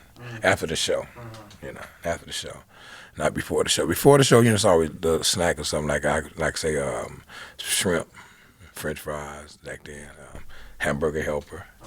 Do you like Hamburger Helper. Yeah. That nigga like hamburger helper. Yeah, we did. We used to tear that up. I used to tear that up with the seasoning on it, real ground beef and the noodles and the black way. You know how we do it. I mean, my seasoning with it. Yeah, man, but I just say, man, Turkey ground. Hey, that turkey ground beef up in there. That seasoning up in there, boy. They got to put that cheese up on that cheddar up on that little motherfucker. And it's a So that nigga tossing that motherfucker up. That motherfucker common. But my special is spaghetti. Okay. My special spaghetti, 3-meat spaghetti. Put that hot link up in that motherfucker? Yeah, the hot link, the turkey version, the beef version, the seafood version, the vegan version. Mine is black version, straight out. So when you eat my spaghetti, it's the black version. It's Cajun black barbecue version. I got the roasted garlic version, seafood version, but it's going to be black. It's going to be great. It's going to be what you want, I'll tell you that much. 3 meats I'm using in it. Do you experiment a lot when you cook, or do you kind of stick to what you know? Yeah, of course. I've been going to art. Now I'm getting into presentation and stuff. I'm getting into stuff that I don't eat because, being a chef, you got to learn to presentate the other. See, I only cooked it for Snoop as a business, as a chef. Other than that, I just cooked at home, backyard parties, picnics and stuff, hood days, and I'm known to love to work the grill. I come to your house and you could be cooking in the kitchen, and I said, man, let me cook, man. Come on, start hanging with the cook. Man, Bone, you go on and cook, man. I told y'all. And the way you dealing with Snoop, so you really dealing with other cultures eating the food, so you introducing them to, you feel me, our flavor. Yeah. So I'm down on so like, blue. Yeah. I didn't go to cordon bleu. Right. Nah, for real. My great grandmother raised me how to cook at the stove, eggs first. I did bacon and the sausage and eggs. I can cook that. You can't beat me doing that because I can't beat you doing that if you know what you're doing. It's gonna be the same. You know what I mean? Come on now, So and he like the basic of it. Like one thing I like about cooking for him because it's the basics of it. Like the fried our chicken. survival food. Yeah, it's fried chicken. The pork chop, sirloin out. You know what I mean? The rice roni. You know what I mean? The basic stuff. We got the hamburgers and stuff. You know what I mean? You know what I mean? Come on now, the French toast. The waffle. The basic stuff. Come on, let's get it. Not all that stuff got to be. That's presentation. On the real, you say he ain't even there with that weird shit, asking for all kind of. No. You know what I mean? That's the stuff. I'm a chef, so but when he called me to be a chef, I wasn't no chef. I was just a nigga cooking at home on Facebook because I had moved to the Bay Area, so I'm in the house every day, not on the shank on the street. So I'm cooking at the house. I'm cooking for my kids. I'm just cooking. And people coming over, and I'm starting to cook more and more, and we having a good old time. So I'm putting it on Facebook. I'm like, man, you Facebook, cooking again? Cooking. Hello. I got to saying hello. I brought that back out. You know what I mean? Yeah. So I'm going on that right there. Hello. Then he came up in the video. Hello, Bone, man, I need you as my chef. But he had already had my cooking before. When me and Junebug were just cooking for fun when they had this house back in the days, and so I make some chicken with him. So he already know that I can cook, but he's seen when I've been cooking. So it was a business. When he said, let me be my chef, a personal chef, that was it. That was it for me. I'm gone. That's what I'm saying, yeah. Because I've already been on the road with Mystical, Petey Pablo, then with High West One Tour, Ooh Wee, Boy Music in Atlanta. I did all that with y'all them. 2008, I stopped going on the road. So, 2016, when he told me let's go. not only as a chef, but as a person of like a road manager, I know how to do the tour stuff. Everybody on the road. I know a businessman by my, he know I know what I'm doing. Yeah. So that and the plus all together. So we really on now. I can make money. I'm like, shit, you make bomb ass food. Now I'm a celebrity chef now. Yeah. I'm a celebrity chef now. And the good part about it, it wasn't the point that where I had, like I said, I had to go to court on the blue. Now I can go there and learn presentation, like I said. Now you know what I mean. But coming through the door. I'm coming to the door down home style. And you're gonna like it. You're gonna love it. You're gonna flavor it. My boy he said, man, if a mother tell you, man, that they don't like your spaghetti, you could take my hand right here and you could slap him. He was big, man, my boy, you know what I'm saying? And that was years I ago, remember before that Snoop. shit. Nigga was doing that shit. Way before Snoop, when I did that for him. And so I worked my way, when I did it with Snoop, with the spaghetti, all the brothers that was there, that was on the road with us, the security and the different people and stuff, the brothers too, some real people too, like Joe Cole and Papa and all of us, man, the security keys and all of them. Man, they got home to my spaghetti. Some of them dudes said, man, I ain't ate spaghetti in 8 years, man. I ain't spaghetti in years, man. This shit good as a motherfucker. Niggas ain't eating no spaghetti from no bitch, nigga. I'm bringing it to him. Not just once or twice. We on the road, so I'm bringing it to him at least twice a month. Bam, bam. But I'm bringing it to them, and they want it. It's plentiful. Yeah. And you can kick it up, boom, take it room on the road. They're on the microwave. Woo-hoo. Fish it up again. Fruit roll bone, we got Hawaiian roll. Some salad. If you want some salad, want some fried chicken. I got the deep fried wings. Late night when the show over with, niggas want fried chicken and catfish and breakfast too. I'm giving the homies breakfast too. Come on, Fly. Come on, Corrupt. Come on, Daz. Come on, Warren G. Whoever on the road. Come on, man. You gotta stop by and get a plate. Here you go. Niggas high and drunk. Niggas. 2 in the morning. 2 in the morning. Come on, man. Like the nigga, like in the hood, every day. the motherfucker in the house that got the plates. I'm their chef too. It's like we all together. Yeah. They looking forward to me. We Nigga got hot plates. Yeah, I got 2 of them in there. 2 of them in the room, in the hotel room. I got the deep fryer. You can take it right in the hotel room. And that's a new thing. You ain't got to go with that. You have right there. You got the hot plate with the pot and the deep fryer. You got the toast if you want the oven. Like, the hotel got a kitchen. That'll be in the kitchen. I don't want the kitchen and took over their ovens, industrial ovens. Let's do some cornbread. Hey, I got a crazy question for you, man. Gave me an idea. We're gonna exclude Snoop. We're gonna exclude 40. Man, what's some crazy ass fucking story, man, that you can say being a road manager that you seen where you had to kick some bras off a bus or you're out of a hotel or. But we gonna exclude them brothers. No, I man, know. I know. Man, we respect what them brothers is doing, man. As black family power couples, man, and shit, man. You know what I'm saying? I remember. One. Okay, I could tell you something was funny though. It wasn't funny, but it was serious. Like, this way, we don't have fans. Is what the length that fans would go through to get with an artist. I was in Colorado, Pueblo, Colorado. I know where Pueblo's at. I swear to fucking God, I do. South of I-25, south from Colorado Springs. Yeah, south of Colorado Springs. Come on, so we were exactly doing a show. Man, hold up. Shouts out to Pueblo City. I went to school out there. Pueblo, Colorado. Pueblo, Colorado, man. You know what I'm saying? We had a show out there in Mexico. We had a show. And we was coming back. We was leaving. We probably with Petey Pablo, like one of them. But we was coming back from the show at a radio station, and some fans followed us, boy. They was in an F-150, boy. They was deep too in the back of them. It was girls, man. There's a couple of kids, but them some guys, they're young, but they was in them trucks deep following us. And so I had to let the car in front of me go because I'm in the second car, the lead car, with the security. So I made the security block the freeway. I made a dude, he was scared. I ain't blocking the freeway. I said, man, block the freeway, man. Turn this thing and block that freeway, man. So them kids won't find out where we going. Hit the car. So we blocked the freeway. And the kid, hey, man, it's fucked up, man. You do this, man. Y'all do this. We just want an autograph. I say, that's later on after the concert. We just came from the radio station, man. We can't do that right now. We got to go. We understand that. I can't tell you that. So they went on, around us, went on. Couldn't see where he went. I knew where he went. They couldn't see it. We gave him enough time. Yeah. So we get to the hotel.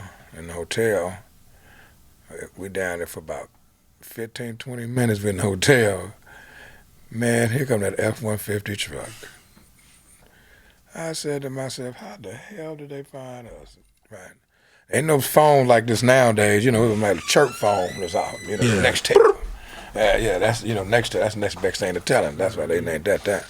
But we end up going downstairs, and the girl, they were so anxious to meet him, that you have to accommodate them somehow, some way. Yeah. So I just said, I can't put them out, but I can't let them go to the room either. Yeah. So I said, man, there was like 5 of them. I had to get the pictures. Now, here you go, signed autograph pictures. They were so happy. I had to send them on their way. And I felt like, damn, when I just copied this dude's name, they take it, he signed it. He saw you went in just signed Mystical on that book, gave it to they had. I know how he write. I'm his hype man on the stage, and I know how he write and everything. So I was like, stamp. They done what they doing.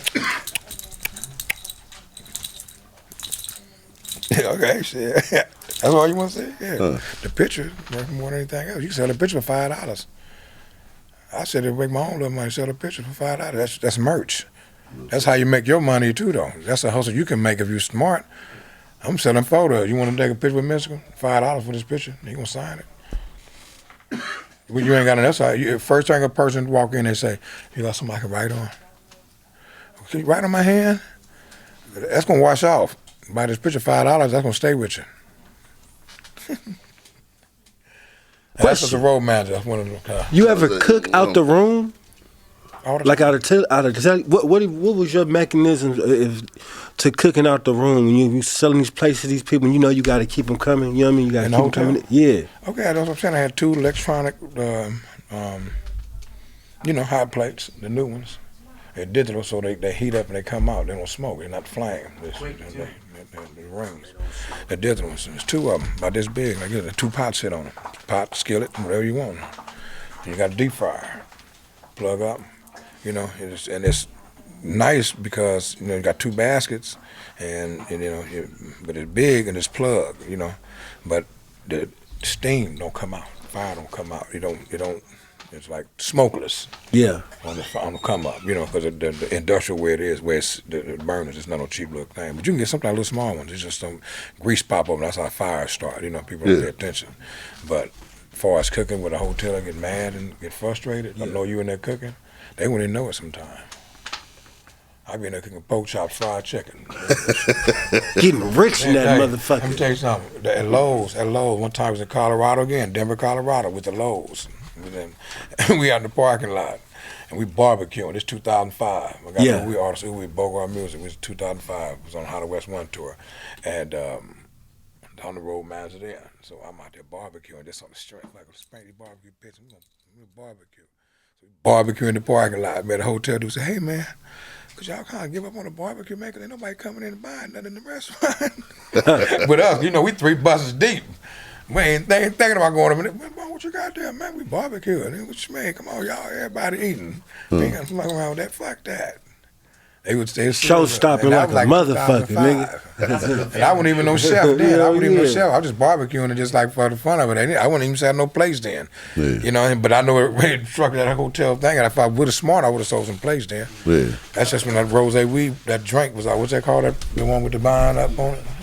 That Meech been drinking back in 2005. It's called Perrier Juliet. I can't. Yeah. Perrier Juliet. Yeah. I know what you're talking. I'm probably fucking mispronouncing, but I know what you're talking about though. But now, see, that rose gold was out when they was doing it in 2005. Just imagine, Moet, none of them other companies was using rose gold at all. Nectar Imperial was the only thing they had sweet was that black bottle. Real tough. Outside the green bottle. With the blue. They didn't have that bottle they got right now out. Back then, if they did, it was way kept back in the bin somewhere. They not had it about. It was over in France somewhere. It wasn't here. You know what I mean? For real, because it was after Cristal, we started drinking that champagne. In 2005, when Meacham came out with that champagne and started doing that, so everybody started drinking that champagne. And Puffy boycotted Cristal, remember? Yeah. And so everybody started drinking that champagne with the rose on it, rose gold. But remember, Moet, none of them had a rose gold champagne until like 2008 or 2009 or somewhere like that. Yeah. And later on in Bel Air coming in, and all these other little companies got rose gold. Rosé is a shit now. But that started. Look back in 2005 and you see when we reached the age ranking. You can see now a bottle of Moet like that. You see only that right there like that. The cleats was out, but that was, that's some old school stuff. I'm talking about that run right there. So that says, we've been doing this consuming all our times. But we don't buy it too. Just think they would have bought it to that then. Ooh wee. Like these dudes are buying it to the liquor now because of that. Well, you know what was crazy to me? I'm gonna be real That's with the you. game. I'm gonna keep it so fucking real with you. I seen when all that PPP bullshit came out, right? And like I know. Nigga, we seen the big and all. We seen all those bottles.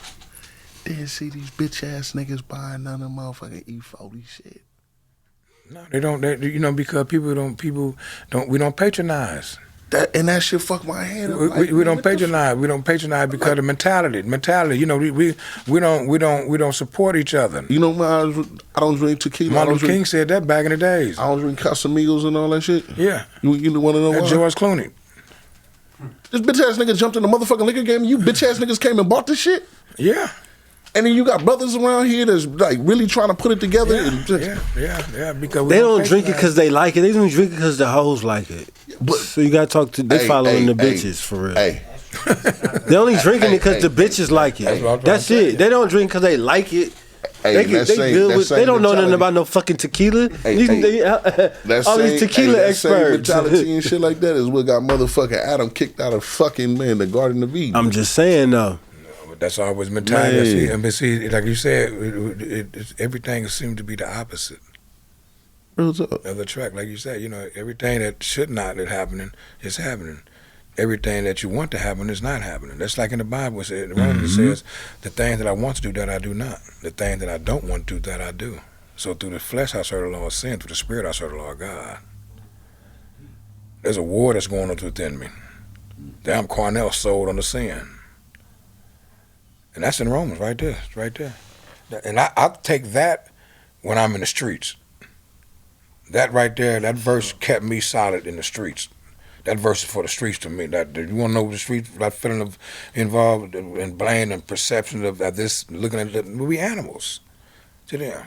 We the gorillas. We'll say that, nigga, I'm King Kong.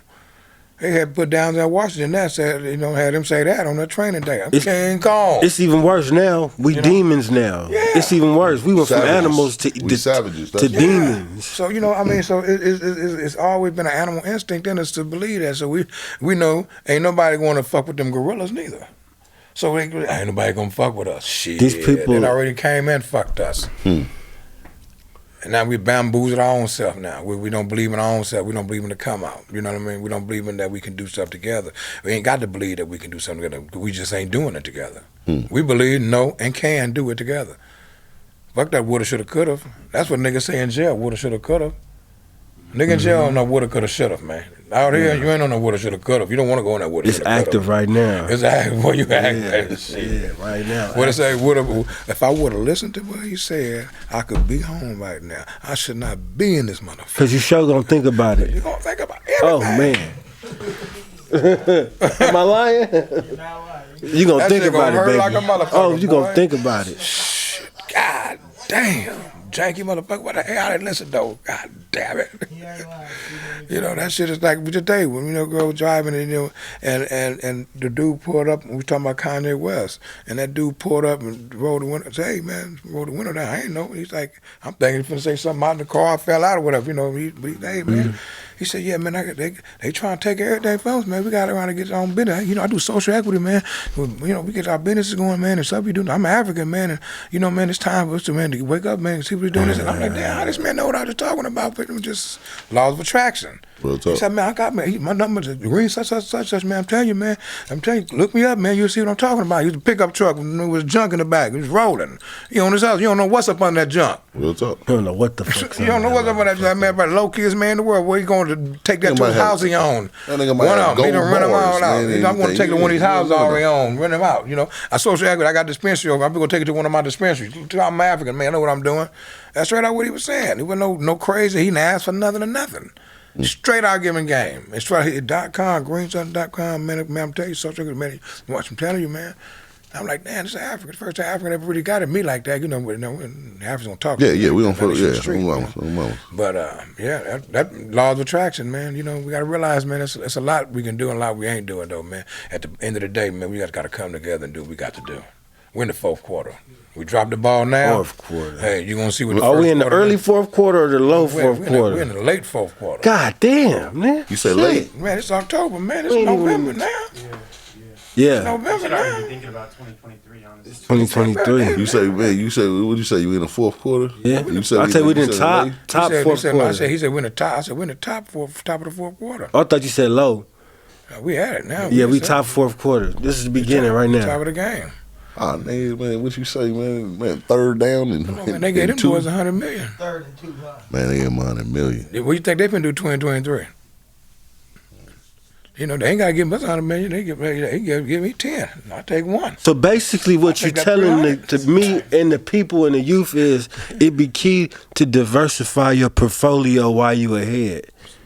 You know what I mean? For the Diversify your portfolio, future. diversify your life, man. Yeah. Diversify your quality of living, man. You know what I mean? Diversify who you deal with and stuff because colors are just the color of the skin. Okay, we as the kings and queens, we know who we are. But don't need to be like them that they did to us, for they did not know what they do. So now we know what God is doing to us. So we have to be acceptance of that person with the quality, with the same belief in the same format.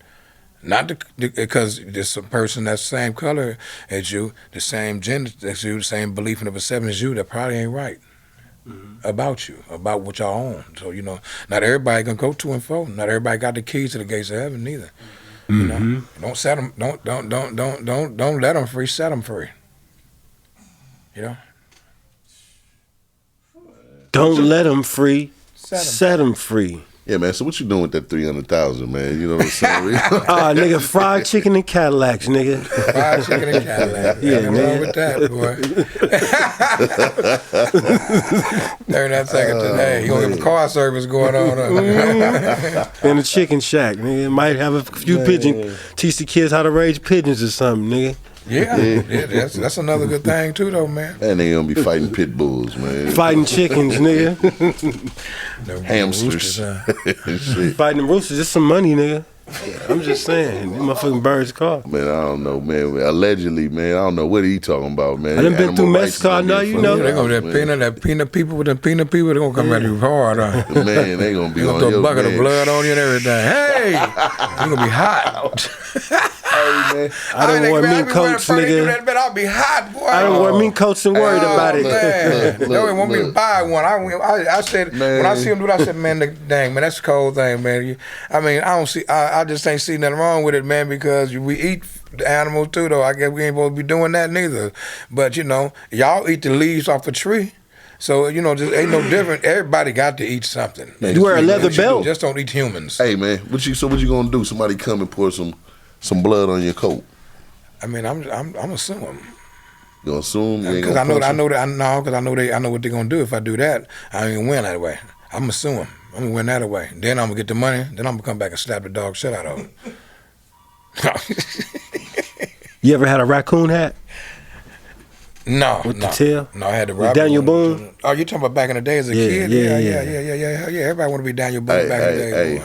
I did. You You ever ever had that? You ever had the Tail? You ever had the hat with the golf hat, man, with the two clubs? Yeah, that's the one. flipped up? You buy them at the liquor store? Yeah, the one they got nowadays. I even have the one with the anchor. They don't even man. fit right, man. They don't even fit right. He said, I put one on my head, boy. Them was I really check the it out. swap meet ones, the ones that's out now. Yeah, no, the ones you bet the surplus. Shit, you gotta go to surplus and get that one or the liquor store. The liquor store had that right one in the liquor store package, had though. the best hats back Yeah, in the the liquor day, store had the boy. one for that old Mr. Cliff. You got any hats back there? Shit, the black man was cold with them liquor stores back then. And they the ones start opening up them bars and stuff like that in Inglewood, like, you know, the Dynasty and all that old stuff like that, and the Red Onion and stuff, man. Man, rest shit. rest in peace, man. Yeah, my nigga Dickie, man. That was my nigga, man, Uncle Dickie, man. I remember, man. I ain't gonna even lie to you, man. I couldn't wait to get to the Dynasty, man. I was young, man, that choked and knotted going in there with mink coats on, man, and gaiters on, with these on, not knowing that, man, I should have been, but I missed out on a lot of bullshit. Yeah. Being in because I'm in there with the older one, the older cracking, old little female man. Hey, get the on after the hours, you man. get up to the after hours, they after hours. You know, Man. the ones that's really got value, really understanding. Some people wouldn't understand it, but they up in there. Yeah, they have a good respectful. time. Respect. Ronaldo Ray be in there, man. Yeah, you know what I'm saying? Ronaldo Ray, all of them, man. Shit, Shaka Khan, you know, Man, a bunch come of on. people. BJ spot over on Pico. Back in the day, that was a nice right there by the Catch-22. The Catch-22? Yeah, that was old school. You know, man, that's why I say, man, I was seeing someone on a thing they was talking about, and they was like, oh, they went to a gay club, they went to Peanuts. And motherfucker was like, man, I'm like, damn, these niggas don't even understand. Like, damn near every nigga in L.A. was in front of Peanuts. Peanuts, Santa man. Monica Boulevard. Nigga, come on, nigga, them badass Yeah, man, bitches that was coming you up better out go here. up in there. If you can get up in there, Michelle X and Trisha. Come on, Trisha, man. Michelle X and Trisha. The white girl, she let you in, you was cool. Then they moved over to the Paradise over there on Santa Monica and by Highland, that big one. There should be the old Paradise Club back in the days, in the 87, 88, 89. My little brother used to go there. That was And the what about flyest the spot. man? What about the man? You remember them Century Club? Yeah, that was my shit there. I'm the one, the reason why Dre made that song. I tell nigga today, I'm the reason why Dre made that song, getting the Century Club with my team strong with my jeans on. And we was in Coochie jeans then, iceberg jeans. Oh Lord, Iceberg jeans and the That's when coochies, Farouk boy. was getting rich. Hey, with the iceberg jeans and the coochie jeans, boy. Come on, with the coochie sweaters, man. With the gators, with the rubber sole on the bottom of it, with the Maury Gator, with the rubber sole. Come on, go down to Chambers, man. Put that rubber sole on the bottom of these things, man. So I go up in there, man. Versace surf is just coming out for real. Fuck with them cowboy boots. Yeah. The boy, real- that- hey, with the the real real ones. Versace, What I'm yeah. saying, put that rubber bottom on that motherfucking cowboy boot on them, the Maury Gators. Mike Tyson, nigga, Mike Tyson was the shit back then when the Century Club was lit. That was Mike. If you want to go on the Century Club, you going to Vegas with Mike Tyson fight. Them the Century Club era. Mike Tyson fight era is the Century Club prime days. Then across the street was Savannah West. They tore that whole building down so it could never be like a reunion party there. But you know, them dudes, they be throwing their little separate parties, still trying to do like Icon Entertainment. Philippe, he's still doing his thing. Curtis, he ain't doing too much of nothing. You know, the other one, he ain't doing too much of nothing. A couple of them, they try to do a little bit of stuff, but yeah. But that Century Club, out the spot. Out the spot. The dude that owns the district, the GS, Yeah. and TJT, he was the DJ in there then. He was the DJ. Talking about, Mustard Uncle and shit. Yeah, he was a DJ. Now him grew up in my neighborhood, my little brother. His grandmama owned the cleaners in our neighborhood, right on 51st and Main. Born and raised, man. I'm still, you know, so he's been into the world of that right there. He's always been a good dude. He used to do the businessman's reunion at Sitting in the Park, at the Slaussons. The businessmen and the gladiators, they do their reunions every year at the park right there. They're sitting there. That's where they started at. And then they moved to there. He was with DJ and all that, in South Park and everything. He grew up with it. Him and my little brother like best friends as kids and stuff, man. You know. So you was around in the era when Sitting Ella Park was Crips. Well, when I was coming up in life, like I said, that was Tookie and them hanging up there. Then there was weightlifting and stuff, and they was up there. And that was back then. You know, I guess that's when the Inglewood family became the profit. Then they took it over then, but they used to go up there to lift weights. Yeah. But these dudes from Crips is coming from the east side over there to lift weights, I guess, right there in the 60s, come there in that park. Because they were known for lifting weights in that park. Because I remember when what's this, like 82, I used to go to that park for a picnic every now and then. We'd go, but we had to be careful. Right. We have to be careful because we're right there. We go up Florence and go down Florence and be right there. Then you got a Crip neighborhood, the 60s, but then you come around that little bend right there, you know, right there. The family still back over there behind that park, back on that other side right there, going towards Hyde Park right there and coming up Park Lane. But in the backside of Florence right there it was like empty. It wasn't no, you know, you got to break between it when everybody really go. You back can get in through. the days for niggas. Yeah, way back in the day. I remember because we got to it with somebody up at Magic Mountain. See, back in the day when niggas used to catch the Greyhound bus at Magic Mountain, get off, and you wouldn't get in. It was straight squabbling. Yep, it was still like that when we was younger. It'd be straight squabbling. It'd be gang fights. And they stopped that because soon we got off the bus 10, 15 deep. And they'll take you, put you over there, they're going to run you, walk you over there to behind the little thing over there. Come on, y'all, come on over here. They're going to search you. Soon they find something on somebody, or somebody say something wrong, everybody can get in. You got to go. Gang attire. Catch that bus Gang back. attire. They said what they said, jerseys and shit. Oh, yeah. See, before they even started, we made them do that. When the sheriff When the sheriff let that motherfucker up, shit. Now, that was after me. When we started doing it, we was getting away with the fighting. Then when they doing, then I remember one year we was there, the front hoods was there. They was about 15 deep. They was G'd up. They had on white khaki suits right on the back of their shirts and stuff. And the 60s was there with us, and we all left. And they kicked all of us out. I forgot who was finna get into it, but they kicked us out, and we caught the bus back to L.A. on the Greyhound. They put us all back on the bus. Some people would draw their car, but most was on the bus. We rode that bus back and caught the RTD to Centinela Park. On the 4th of July, like a 4th of July? No, it wasn't even like a 4th. Yeah, you only go to Magnum Mountain on 4th of July and summertime, because school is out, you know what I mean? So, shit, we in high school. Yeah, back then. That was the last time I seen it where we used to go there. We used to go there and, like, after school, sneak up in there, be 5, 6 of us in there, we kicking in and stuff. You know, yeah, I done got caught with some families coming out of there one time, and then I got to sit on the park and jump on the Florence bus. But because my cousin from me with family, he happened to be out there. When I came out the apartment in Hyde Park, I came to Hyde Park, I thought I was getting away. Hey, I come out that park dark, boy, I thought I was, I'm catching the bus. I'm waiting to get dark before I leave, so I come out, my pants put up.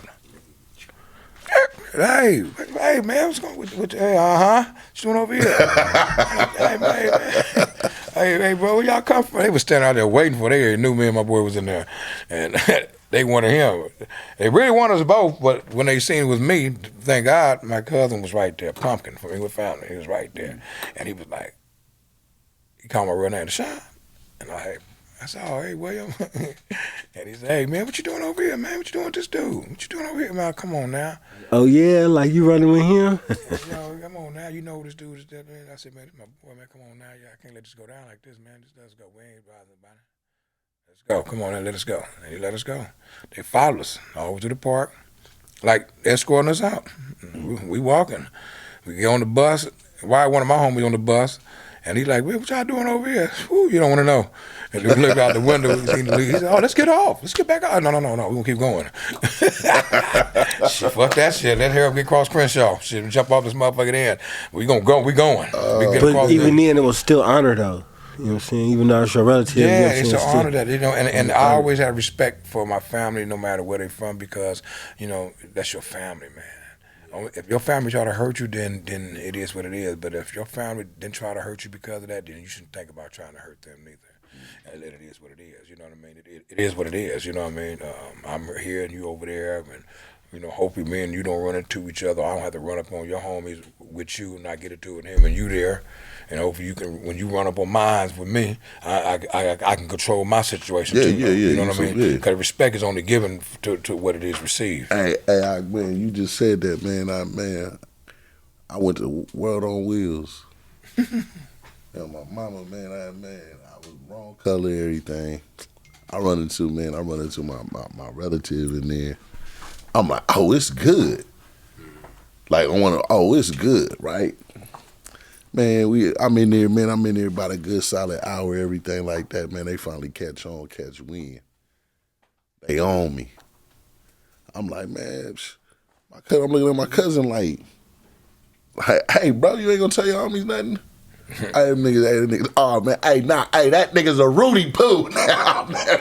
Better not say nothing. I was like, hey, I don't want to hear, because he used to come woofing all these stories. Thinking, okay, yeah, man, for sure. Careful what you say. So, man, nigga came to win on World on Wheels, man, and I'm them niggas. I'm like, man, I'm looking at my cousin like, nigga, they done ganged up. What, they was on them? Or they was on you or on them? They're on me and D Slim. Oh, yeah? They own us. And your relative just letting them pressure? Hey, my relative is behind them. Nigga, I'm looking at my relative. I'm like, nigga, you my relative. This is what I learned. I said, I'm like, nigga, you my relative. I said, oh, that nigga's a Rudy Poo. I was rolling. I started laughing. I did it there. I'm like, nigga, ain't there, nigga. On the real, I'm like, ain't there, nigga, gonna touch me. Nigga, I'm up out of here. Nigga, I get up out of here, but nigga, you touch me, it's on. So, nigga, we get out of there. We get out of the car. Man, on my mama, man, nigga, I'm driving the car, nigga, I look in the rear view. Nigga, Nigga, I see somebody running, I see that hand, like, I say, man, I tell her, we with some broads too. I'm like, hey man, y'all just go ahead, hey, put y'all heads down. Put your heads down. Man, I'm pop, like a little 22. I hit the first one, but you know, I'm nigga driving, I hit the first one, nigga out here, stop. Oh, you bitch ass niggas, you niggas shot one time, y'all some O's. That mother got stuck in down. All I'm thinking is like, I can't wait till a family reunion go, nigga, I'm gonna be on your helmet. You ever catch him? Who? Your relative? Yeah, he was the man. Come on, man. You were that. We all got that one man. We all got that one brother cousin. Well, that nigga was that Rambo. Let him tell it. He Rambo of the hood. Right. Until you find out, until you manipulator. Man, it's cool, nigga. Yeah, niggas know who I am, and then you go up in this nigga hood, and the nigga who him? Yeah, hey, he's a Rudy Poo, bro. You would have been better just saying, hey, your hood and running with it than saying that nigga name, man. That nigga's a Rudy. Hey, and I promise. Hey, you know what I'm talking about. Because I'm looking at him. I see it's about 10 niggas. We about 16 years old. So it's gonna be a good scuffle. Yeah. We're gonna get mocked, but not that bad. You ever went to Skate Depot? Huh? You ever went to Skate Depot? That's on Washington, right? No, that's in Washington. Carson. Is on Washington. Cerritos. Yeah. Was Skate Depot. Oh, that was some shit right there, too, though. You used to go down out there because you know, most of the people out there run to be from everywhere. You run into Long Beach, Compton, Carson, L.A. The Hop used to be like that. The Hop Lakewood. The Hop Lakewood. That's the French like Quarters now, I guess. The same dude did the Hop to do the French Quarters now. Is that right? Man, that's out there talking Norwalk. Yeah. The Hop crowd is at the French Quarters now. That older crowd like that. Man. See, I gotta go hang, man, with Uncle Cubone, man. You know what the spots is, man. I ain't going to no place like that. You want me to tell you, man? You want me to tell you where I be at, man, with Jordy Ton? I'm in Hollywood. Yeah, well, when I was going out lately, I checked out Hollywood last time, but Hollywood seemed to me is for the younger crowd because unless you're going to one of them little lounges, restaurants or something, you know what I'm saying? Yeah. But like going to the Playhouse and all them, I don't do none of that shit.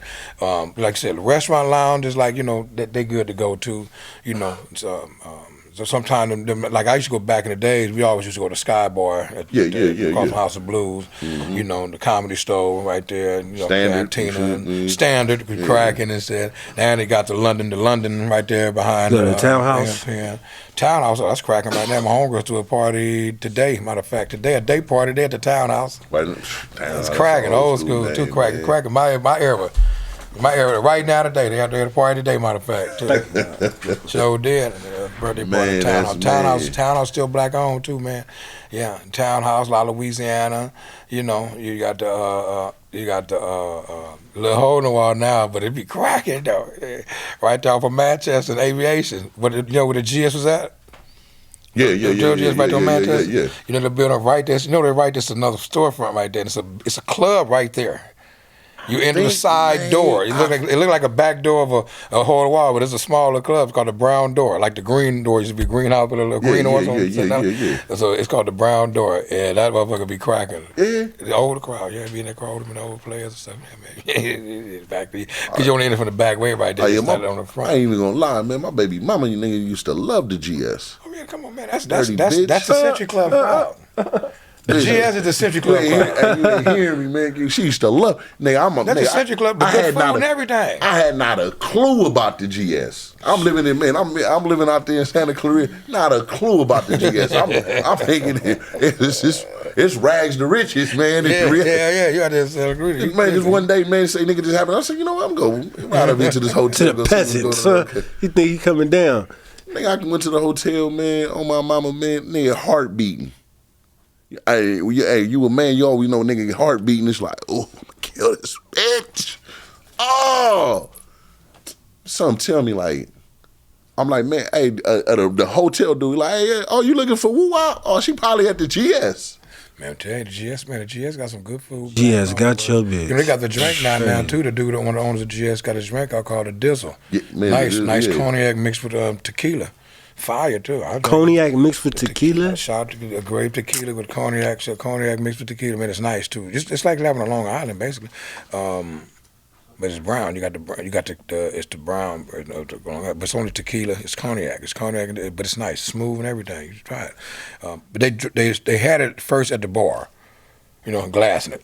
Yeah, Give me a yeah. dizzle. Splashing. Strong. That's like a Long Island, but it's a dizzle. Yeah. Where you get the dizzle. You get the crack of that. I ain't lying. Some I of that drink that juice, dizzle. huh? I go drink the dizzle. They give me the dizzle. Oh, I'm acting fool. So yeah, it's strong. It's strong, but it's quality good drink. It's not bad at all. That's quality good drink, man. I mean, but you know, like I said, they went from there to buying their own company. You know what I'm saying? They invested into their own drink. You know, that's a good thing. They opened up another one on Crenshaw right there on 39th. You know, they call it District by GS now. You know what I mean? They both brothers is businessmen. They both good dudes in their community. You know what I mean? They help do a lot of social activities and stuff, community events. You know, this Taste of Soul was right there on their storefront. See, they say so right there on their storefront. They next door to Sentinel, next door to Early's right there. That whole road right there on 39th, going back to Coliseum on Crenshaw. Yeah. All of them is black-owned restaurants now. They're coming back in. Early's is right there. You know, so a couple of them. It's just that whole little backside and the back you entered in the back of the GS used to be remember back in the days with the post office there, and it used to be just a old club back in the days, and Asians on it. And the blacks bought that. Then they moved it was called Crenshaw Live. And then they moved it to the GS, and then they moved it back over there now. Them two did, you know. So it's a lot just like Inglewood growing up right now. Yeah, it's a lot of men. Market Grill right there, the Market Grill. That's another one right there, Urban something right there. You know, that's a black dude that owned that. You know. Coming back, man. Oh yeah, they built over there right there. They had Inglewood is building it. Man, you got that stadium right there. Ain't not finished. They got the crane up right now. Finna put some hotels or something over there, man. That's a part of that there, man. Man, they gonna boy you the shit, man. You know how many blacks is finna move back over there? They're gonna try to get some make diversity over there. They're gonna try to change the gentrification. You can let's believe that. You know, but they can't really because it's too many people still owning on both sides of that perimeter. Like when you go on Crenshaw and them avenues right there, them blacks still Yeah, they black, the old blacks. You know, they still pushing on this side of Prairie in the 90s right there in Hardy, Arborvitae. Still, you know, it gets Hispanic when they get across Inglewood. Back that way. But I'm talking about closing in. Shit, I'm black right there. The black dude own the club right there on 104th and Prairie right now. Huh. Yeah, it be cracking. That's like a little hole in the wall, but everybody going there now. Called Champions or something, man. Some dude done opened up, and they going there now. But I'm talking about blacks that's known to be in Hollywood, that's young. Giving back their money. They going back. They coming back over there. And it's crazy, man, because like I said, when I'm going home and cats was like, I'm like, man, they like, Nick, where you at? I'm like, man, wow, what's up? Where y'all at? Oh man, we in Inglewood. What the fuck is y'all doing in Inglewood? They telling me, I'm like, okay, but man, I'm not saying just so used, man. I'm just different movement. So movement, man. When I'm in Hollywood, I'm on a different movement, man. You know what I mean? Man, so you gonna do what you gotta do, man. Shit, fuck all that there, man. You trying to be seen out there like that, man, you know? Hey, you know, Hollywood's been Hollywood. Land of how do you do movie star? Take 2 lights, cameras, action. Where's my leading lady? Man, hey, and we like to play. I'm a player, and I'm playing just to play. And I ain't playing. Hey, but man, he said, you know what I mean? Come on, ain't man. Playing. This is Cubone, man. We're going to go ahead and wrap this episode, man. We're going to get another one in with you, man. You know, man, let these motherfuckers know where they can find you. Man. Hey, man, listen, man, you can find me, man, in the world, man. You can find me through this brother. Yeah, if you know him, you can find me through this brother. Now, you can find me also through Big Cubone, man, on Instagram. You know, follow my social media page, man. Since y'all looking, gonna keep looking. You know, I want you to keep looking and learn and educate yourself and listen to what you listen to. You know, so follow me, Big Cubone. You know what I'm saying? I got the website going on, finna come up, you know, Cooking with Cubone. You know, that's on Wonderama TV right now. First episode was last week. You know, y'all can look that up on YouTube. It's a variety show like Nickelodeon. You know what I'm saying? I did for Bernice King, my first episode with Martin Luther King Young's daughter. Cooking some lamb shoulder chops, some broccoli, and, you know, we right on Times Square, you know. They just playing the play, you know. But y'all can find me, man, anywhere I'm around, man. I'm the Big Cubone, you know, that hashtag Snoop Dogg personal chef. Y'all know what it is. Hello. Man, off top, man, McLovin, man, he went to drop a deuce, so you know what I'm saying? He ran off. Oh, he's back, man. You know, now I'm just fucking around. Hey, McLovin, man, hey, where they can find you at, man? Man, they can find me at I Am McGlover, or right here at the spot, on the spot. You know what I'm saying? Man, hey, we over here on the spot at the spot, man. Again, man, I want to thank, man, Mr. Cubone, man. You gonna catch him, man. We gonna get him, man, talking shit with us, man, for real, man, on them after dogs, man. Come on, man. Oh, I know you gonna run it, man. I swear to God, man. Come on, man. Shit, man, we at the spot, man. We out. Hello.